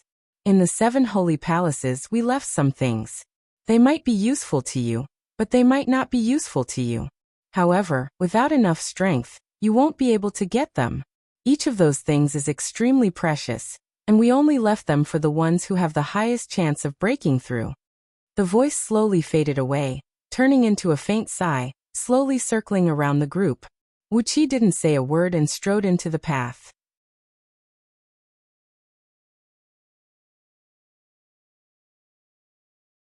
Chapter 1143.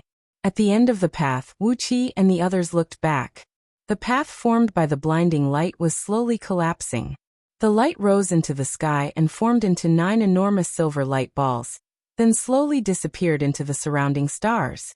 The paths and pavilions that Wuxia and the others had spent countless hours walking through reappeared, looking exactly the same as they had seen before. Wuxia knew that the defensive mechanisms of the 9 outer palaces had been restored, and the map of the 9 palaces was waiting for a new batch of lucky people to enter the 7 Holiness Palace. If someone could walk through all the paths of the 9 palaces like Wuxia did, abandoning those powerful divine treasures, and choosing to listen to the last words of those saints, everything that Wuxia and the others had seen would be replayed. This was the inheritance of the 9 outer palaces of the 7 Holiness Palace. It would let those who were qualified to know certain information know what they should know, and then let them choose their future path. Perhaps, some of them would have the so-called great fortune and great luck. They would surpass the realm of creation, break through the realm of spirit ancestor, become saints, and eventually reach the level of the 7 supreme experts. At last, they would take that final step and reach the same level as the mother and the end. They would transcend the mortal world and become saints, truly immortal and indestructible. At that point, one's fate would truly be in one's own hands. No one would be able to scheme against one. No one would be able to scheme against one. And one's fate would no longer be disturbed by external forces. Looking at the enormous defensive mechanisms of the 9 outer palaces gradually restoring, Wuxia sighed and finally walked out of the path. A bright light faded behind them. They had arrived at the 7 Holiness Palace. The path leading to this place was completely closed. In front of them was the 7 Holiness Palace, the ancient Holiness Palace that Wuxia had seen before. However, when he saw this palace in his previous life, he was smashed by the 7 Buddhist patriarchs and 9 Tao patriarchs as soon as he stepped into the square in front of the palace, and Yuanling was nearly destroyed. If the Wahuang clan didn't use the myriad spirit cauldron to protect his true spirit, Wuxia wouldn't have appeared in this life. Wuxia breathed out a soft sigh, then with a deep voice he told the people around him what happened in his previous life. They carefully looked around. This was the 7 Holiness Palace, the core of the 9 outer palaces. They had narrowly escaped death countless times in the 9 outer palaces, let alone the 7 Holiness Palace. The square they were in was vast, but no one could tell exactly how vast it was. Even with Wuqi's incredible eyesight, he couldn't tell where the edge of the square was. The tiles on the ground of the square were all carved from huge rocks. Each tile was 300 meters long and 300 meters wide. Countless three-dimensional patterns were carved on the huge tiles, including dragons, tigers, phoenixes, vermilion birds, qilins, cheongqi, and all kinds of strange creatures. At first glance, Wuxia couldn't tell how many of these tiles there were, and each of them was carved with rare birds, beasts, flowers, and grasses that Wuxia and the others might or might not recognize. This was simply an open-air exhibition of all kinds of creatures in the Holy Realm. The Holy Spirit energy, which was glowing faintly with a diamond-like light, was coiling around everyone. The thin Holy Spirit energy was about a foot tall, and when a gentle breeze blew across, the Holy Spirit energy would swirl up tens of feet into the air, silently drifting forward like a watery mist. It looked extremely graceful and elegant. 100 miles ahead of them was the front gate of the 7 Holiness Palace. An enormous archway stood in front of the gate, bringing a great pressure to the crowd. The archway stood tall, and its top seemed to reach into the boundless chaos. No one could see where the top of the archway was. Hundreds of golden statues clad in heavy armor stood on the archway. All of them had their heads lowered, looking down like gods looking down from the clouds. Below the archway was a tunnel that was several miles wide. Different from the tiles on the square around it, the tunnel was paved with translucent, unknown purple crystals. These crystals contained an astonishing amount of Holy Spirit energy. Tiny runes could be vaguely seen at the core of the crystal, giving off frightening waves of energy. The crowd was right in the middle of the tunnel. To the left, to the right, and behind them were boundless squares, with no end in sight. The tunnel led straight into the Seven Holiness Palace. They could see countless layers of eaves in the palace complex, but they also could not see the end of the Seven Holiness Palace. A thin, faint purple mist enveloped the entire Seven Holiness Palace. It was completely silent, giving off an extremely mysterious and even slightly frightening feeling. Didn't they say that some people had come in before us? Ao Buzin looked around curiously, then suddenly burst into laughter. Sigh, they came in a day earlier than us at most. Did they all go in? As soon as Ao Buzin's voice trailed off, a shrill howl came from the main gate of the Seven Holiness Palace behind the archway in the distance. Judging from the howl, it should be a woman's voice. Accompanying the howl was a creepy laughter that made people shudder. The crowd was stunned for a moment, then flew toward the palace gate at the same time. With Wuxia, a qualified founder, around them, everyone was bold enough to cover the sky. They did not think that there was any creature here that could threaten them. Not to mention Wuxia, even their own strength had grown to a shocking level after so many dangers. What did they have to be afraid of? There were a few low pavilions near the gate of the Seven Holiness Palace. According to common sense, they should be the place where the guards of the palace lived. At this moment, a beautiful woman was struggling to climb out of a small building, but there seemed to be a great force pulling her from behind. Her slender and fair hands were tightly gripping the threshold of the small building as she screamed at the top of her lungs. A heavy, ox-horn axe fiercely chopped on the woman's right shoulder, almost severing her entire shoulder. A coarse and gloomy voice came from the small building. "Little lady, why are you running? Hurry up and have a good night with me. Hee, judging from your figure, you are still a virgin. I'm afraid you still don't know the benefits of a man, do you?" The woman had suffered a heavy blow, and her hands no longer had any strength left. She struggled to raise her head, looked at Wuxia and the others, and screamed, "Help!" Then she was dragged into the small building. Ao Buzin's eyes went wide in anger. He roared furiously. "In broad daylight, who dares to rob a woman in front of Lao Tzu? You can't have half of such a dissolute business. Whoever dares to rob this beautiful woman from Lao Tzu will wipe out his entire clan." Wuxia and the others almost threw up a mouthful of blood. In broad daylight. These words were said in a very imposing and awe-inspiring manner. However, what Ao Buzin said at the end really made them want to vomit blood. Sure enough, it was hard for him to change his nature. He was a downright scum. Seeing that the beautiful woman was in trouble, Ao Buzin's speed suddenly increased by a few times. He flew to the front of the small building, kicked the half-closed door, and rushed in while laughing wildly. Wuxia and the others were not much slower than him. As soon as Ao Buzin rushed into the building, Wuxia and the others rushed in as well. The inside of the building was spacious and bright. Obviously, there was a magical space restrictive spell here. From the outside, the building looked ordinary, but the interior of the building was over 10 miles in circumference. In the clean hall, the weak woman was lying on the ground, gasping for breath.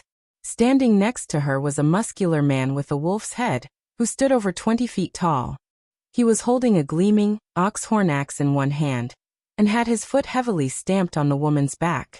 Ao Buzin laughed wildly and shouted, "Evil creature, let go of that little girl. She belongs to Lao Tzu. Do you dare to touch even a single hair of hers?" The woman, who was gasping for breath on the ground, had a strange look on her face, and even the expression of the muscular man with the wolf's head was extremely strange. Both of them stared blankly at Ao Buzin. After a long while, the muscular man with the wolf's head snapped. "Where did you come from? Bastard, what did you say?" Wuxia stood behind Ao Buzin smilingly. He narrowed his eyes and looked at the muscular man and the woman, then suddenly laughed and said, "Ao Buzin, be careful, it might be a trap. This woman's virginity has been taken by someone long ago, and she is no longer a virgin. You can't trust this wild wolf's words." Ao Buzin was stunned.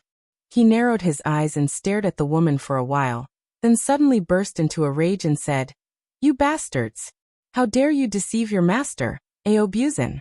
This woman has indeed lost her virginity. She is no longer a virgin. How dare a hairy animal like you deceive your ancestor? The muscular man with the wolf's head moved his foot away from the woman's back, frowned and said, I've met a smart man. Bitch, there are so many of us, how many can you deal with? The woman snorted coldly. Her body below her chest suddenly swelled up, and soon, the white dress she was wearing was torn to shreds. Along with a jarring sound of bones cracking, the lower half of her body turned into a black spider, measuring several feet in length. Shaking her head, the woman slowly straightened her upper body. She was a half-human and half-spider creature. The woman didn't answer the muscular man's question. Instead, she smiled at Audiobook and said, "We've killed 3 overconfident fools with this move. Hee hee, one of them had his yang energy sucked dry by me. TSK, you look strong and sturdy, and you seem to have some strength. If you have the guts, come and fight me. Let's see if your yang energy is more abundant than that pussy just now." Audiobook giggled. He scratched his lower body inelegantly, looked at the beautiful face of the woman and said, "Ha ha ha, this master has roamed the chaotic world for countless years, but this is the first time a woman dares to challenge me. How wonderful. Could it be that all the children you give birth to have more than a dozen legs? TSK, you are indeed a rare breed." Wuxia laughed, while Princess Zhonglu rolled her eyes and shook her head. Both of them took a few steps back at the same time, feeling ashamed to be associated with Audiobook. Seeing that the girl next to him was flirting with Audiobook, the wolf-headed man could not help but fly into a rage out of humiliation. "Cut the crap, Lao Ai. Don't forget our agreement. Listen up, all of you, this is a robbery," he bellowed. Fiercely waving the huge oxhorn axe in his hand, the wolf-headed man bellowed, "This is a robbery. Hand over all the holy items you've obtained from the outer 9 palaces. The man will cripple his own cultivation base, and the woman will take off her clothes and wait for me to pamper her. Then you will have a chance to live." Robbery? Wuxia smiled, a very bright smile. How many years had it been since he had encountered such an interesting thing? He pointed his finger at Catfish Flood Dragon. Excitedly, Catfish Flood Dragon swung her hammer and ran towards the wolf-headed man while crying out joyfully, "Robbery! Robbery! I don't want any holy items, just hand over your flesh and blood. TSK, I can have a good meal now." Gold Horn and Silver Horn had been drooling for a long time. Seeing Catfish Flood Dragon had taken the initiative, they roared at the same time, opened their mouths and sprayed out 2 strong beams of gold and silver light.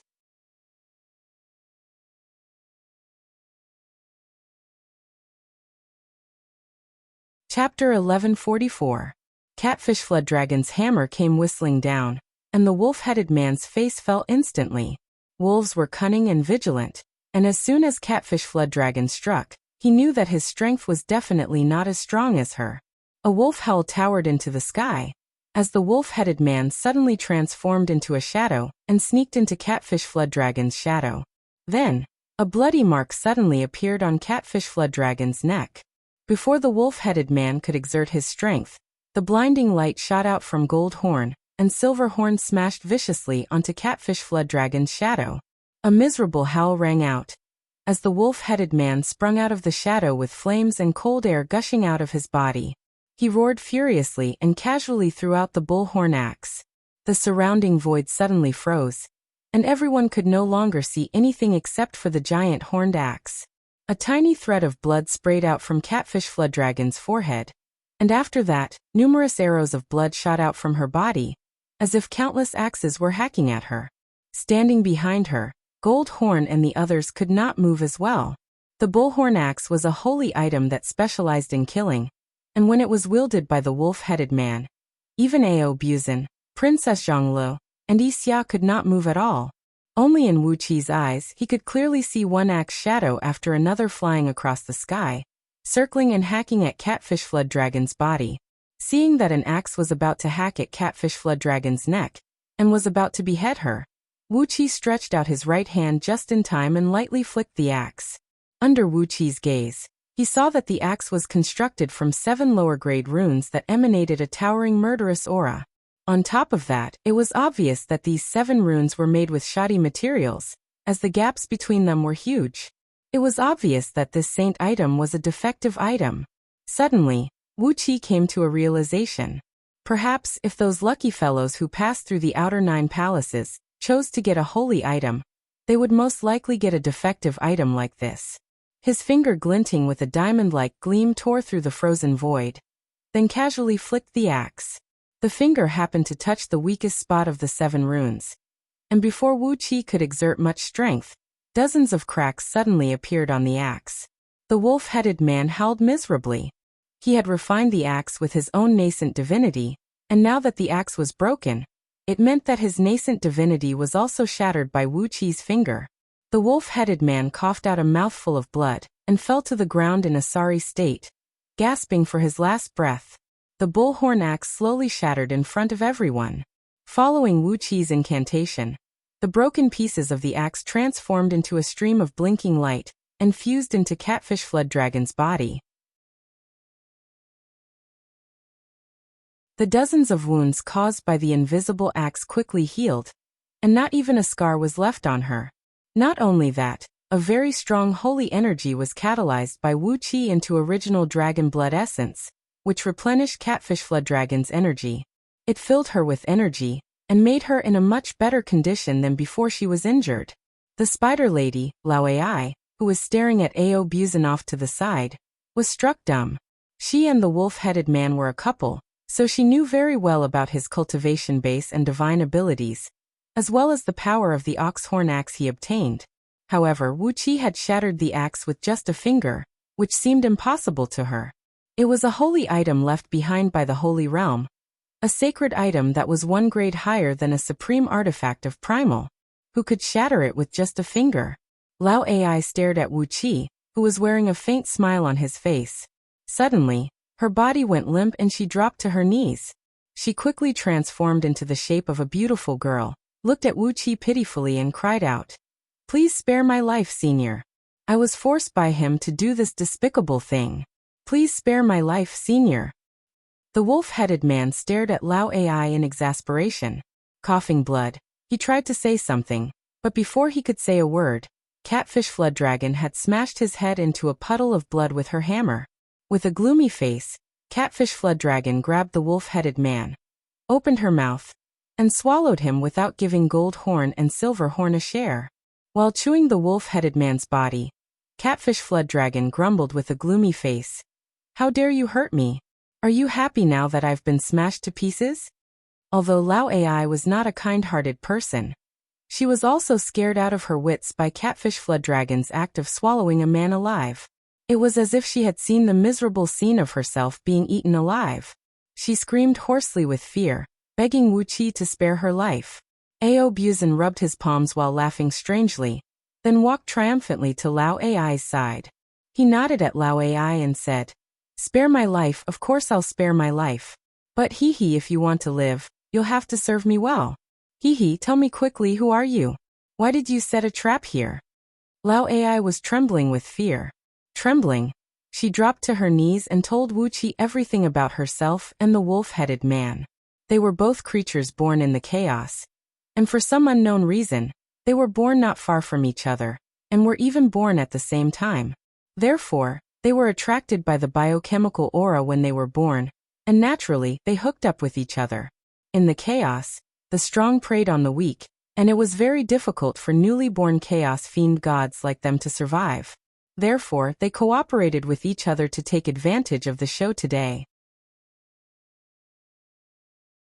Every time the wolf-headed man pretended to rape a weak girl, someone would always be fooled to save the damsel in distress, or do something else. In the end, Lao Ai cooperated with the wolf-headed man, and successfully killed those unlucky guys. This time, they were setting up a trap again. Just as they lured a formidable chaos fiend god over, an entrance leading to the outer 9 palaces of the 7 Saints' Palace suddenly appeared beside them. The 3 of them fought all the way and entered the entrance by mistake, and were brought to the outer 9 palaces. Both of them had some strength and some luck. They were lucky enough to walk through a few plank paths made up of only hundreds of flagstones, And after learning some information about the outer 9 palaces, they dared not to go any further. In one of the palaces, they obtained a sacred item, the horn axe. Then, they happily left the outer 9 palaces, and were teleported to the outside of the 7 Saints' palace. They had arrived here only a few hours earlier than Wuqi and the others. After obtaining the horn axe and having their cultivation greatly improved while crossing the plank paths, their confidence was greatly boosted. They resumed their old business outside the 7 Saints' palace, and unexpectedly, they attracted 3 lucky guys who were also teleported to the outside of the 7 Saints' palace, and successfully killed them. Having said that, Bayan obediently handed over the 3 shiny sacred artifacts. The 3 sacred items were a needle, a spear, and a huge shield. Because they had just killed 3 people, they did not have the time to refine the 3 sacred items, so they were kept in Lao Ai's hands. Glancing at Lao Ai, Wuqi did not say anything to her. Xiang Ao did not show any respect and picked up the 3 sacred items himself. With a strange smile on his face, Ao Buzan carried Lao Ai and ran to the 2nd floor of the small building. No one would disturb him there, and he could do whatever he liked to his heart's content. Lao Ai seemed to be very happy to have something with Ao Buzan, and one could easily tell what she was thinking just by looking at her big watery eyes. Lord Xianxing heaved a long sigh in a low voice and said, "What a great appetite! I can't bring myself to kill a spider demon like her." Wuqi just smiled. Gold Horn and Silver Horn stole a glance at Gold Feather and Silver Feather, who were standing next to them, and nodded hurriedly. Yuan Qing was the only one who was still clueless about the matters between men and women. He just stood beside Tu Xiaobai and kept giggling like a fool while holding his big stick. It took Ao Buzan more than 6 hours to finish the job. Refreshed, he brought Lao Ai, whose legs were trembling and could hardly walk, down the stairs. Wuqi had already slightly strengthened the 3 sacred items. As Wuqi had expected, the 3 sacred items were simply shoddy goods, and any creator who had mastered a little bit of the power of creation would not take a fancy to such rubbish. But they were still 3 sacred items, and they were good for Ao Buzan and the others to protect themselves. The needle was given to Catfish Flood Dragon, the huge shield to Lord Xianxing, and the spear was snatched away by Ao Buzan, because he shamelessly claimed that the spear was long, thick, straight, hard and suited him very well. Who could say anything in the face of the shameless Ao Buzan? Therefore, the spear could only belong to him now. After ordering Lao Ai to follow him obediently, Wuqi and his company carefully left the small building. Since they knew that someone like Lao Ai was planning an ambush here, it was likely that none of the other lucky fellows who came to the 7 Saints' Palace would be easy to deal with. After all, this was the 7 Saints' Palace, and anyone who had walked the plank path outside the 9 palaces knew that it was a very dangerous place. It was very likely that some people would not dare to enter the palace, and would choose to take advantage of it outside. Wuqi was not afraid of these people, but those who left the plank path would have 1 or 2 sacred items, and the people around Wuqi would not be able to withstand their sneak attack. Therefore, it was necessary to be cautious. They continued walking along the plank path into the 7 Saints' Palace. After walking for about 100 miles, when they came to the small square in front of the first palace, over 20 living beings standing in the square stopped Wuqi and his company. It was obvious that they were led by 3 people, and when they saw Wuqi and his company, their eyes lit up at the same time. A young man who looked like a human, but had a pair of pointy and long ears, was staring fixedly at Yixia, Tu Xiaobai, and Catfish Flood Dragon. It seemed that he was very interested in Yixia, Tu Xiaobai, and Catfish Flood Dragon, who looked like little girls. Another young man, who had an unusually burly body and bulging muscles all over his body, and was wrapped in a layer of black bone armor, kept glancing up and down at Princess Zhangli. Deep, muffled sounds of swallowing could be heard coming from his throat. Obviously, he had a very good impression of the noble and graceful Princess Zhangli, who had a cold and solemn expression on her face. Meanwhile, the last young man, a skinny young man with a fair and clean face, had a very strange look in his eyes. He was staring fixedly at Ao Buzan, who had the tallest and strongest body among Wuqi and his company. His eyes were almost glued to Ao Buzan. A especially when his line of sight kept moving back and forth 3 inches below Ao Buzan's lower abdomen. Obviously, he had a very good impression of Ao Buzan, and had a strong urge to have a deep conversation with him. Standing at the entrance of the square, Wuxia and his company stared coldly at this group of people. None of them said a word. After a long while, the skinny young man, who had a good impression of Ao Buzan, suddenly laughed. He bowed slightly to Wuxia and his company, then said slowly, "I assume you have the same experience as us. A great fortune is right in front of us. The 3 of us have already made an agreement, and I hope you can abide by it as well. Otherwise you will be in big trouble." Ao Buzan laughed. He pointed at the young man and said, "You mean we have to listen to you?" The skinny young man lowered his head shyly and snorted. "If it's you, my friend, I can listen to you as well." Ao Buzan's wrinkled face instantly turned green. He was a lustful man, but he had never been interested in men. Blushing, Wuxia looked at the young man, smiled and said, "I see, it seems that this is a good match." Ao Buzan's eyes suddenly turned crimson, and all the joints in his body began to creak. You're tuning in to the Li Mei's Wuxia Whispers YouTube channel. We're so grateful for your support, and don't forget to subscribe to join us on this incredible journey through captivating stories. Your generosity through donations truly makes a world of difference, as it's the primary source of revenue that allows me to expand and enhance this channel for you. Thank you from the bottom of my heart for being a part of this adventure.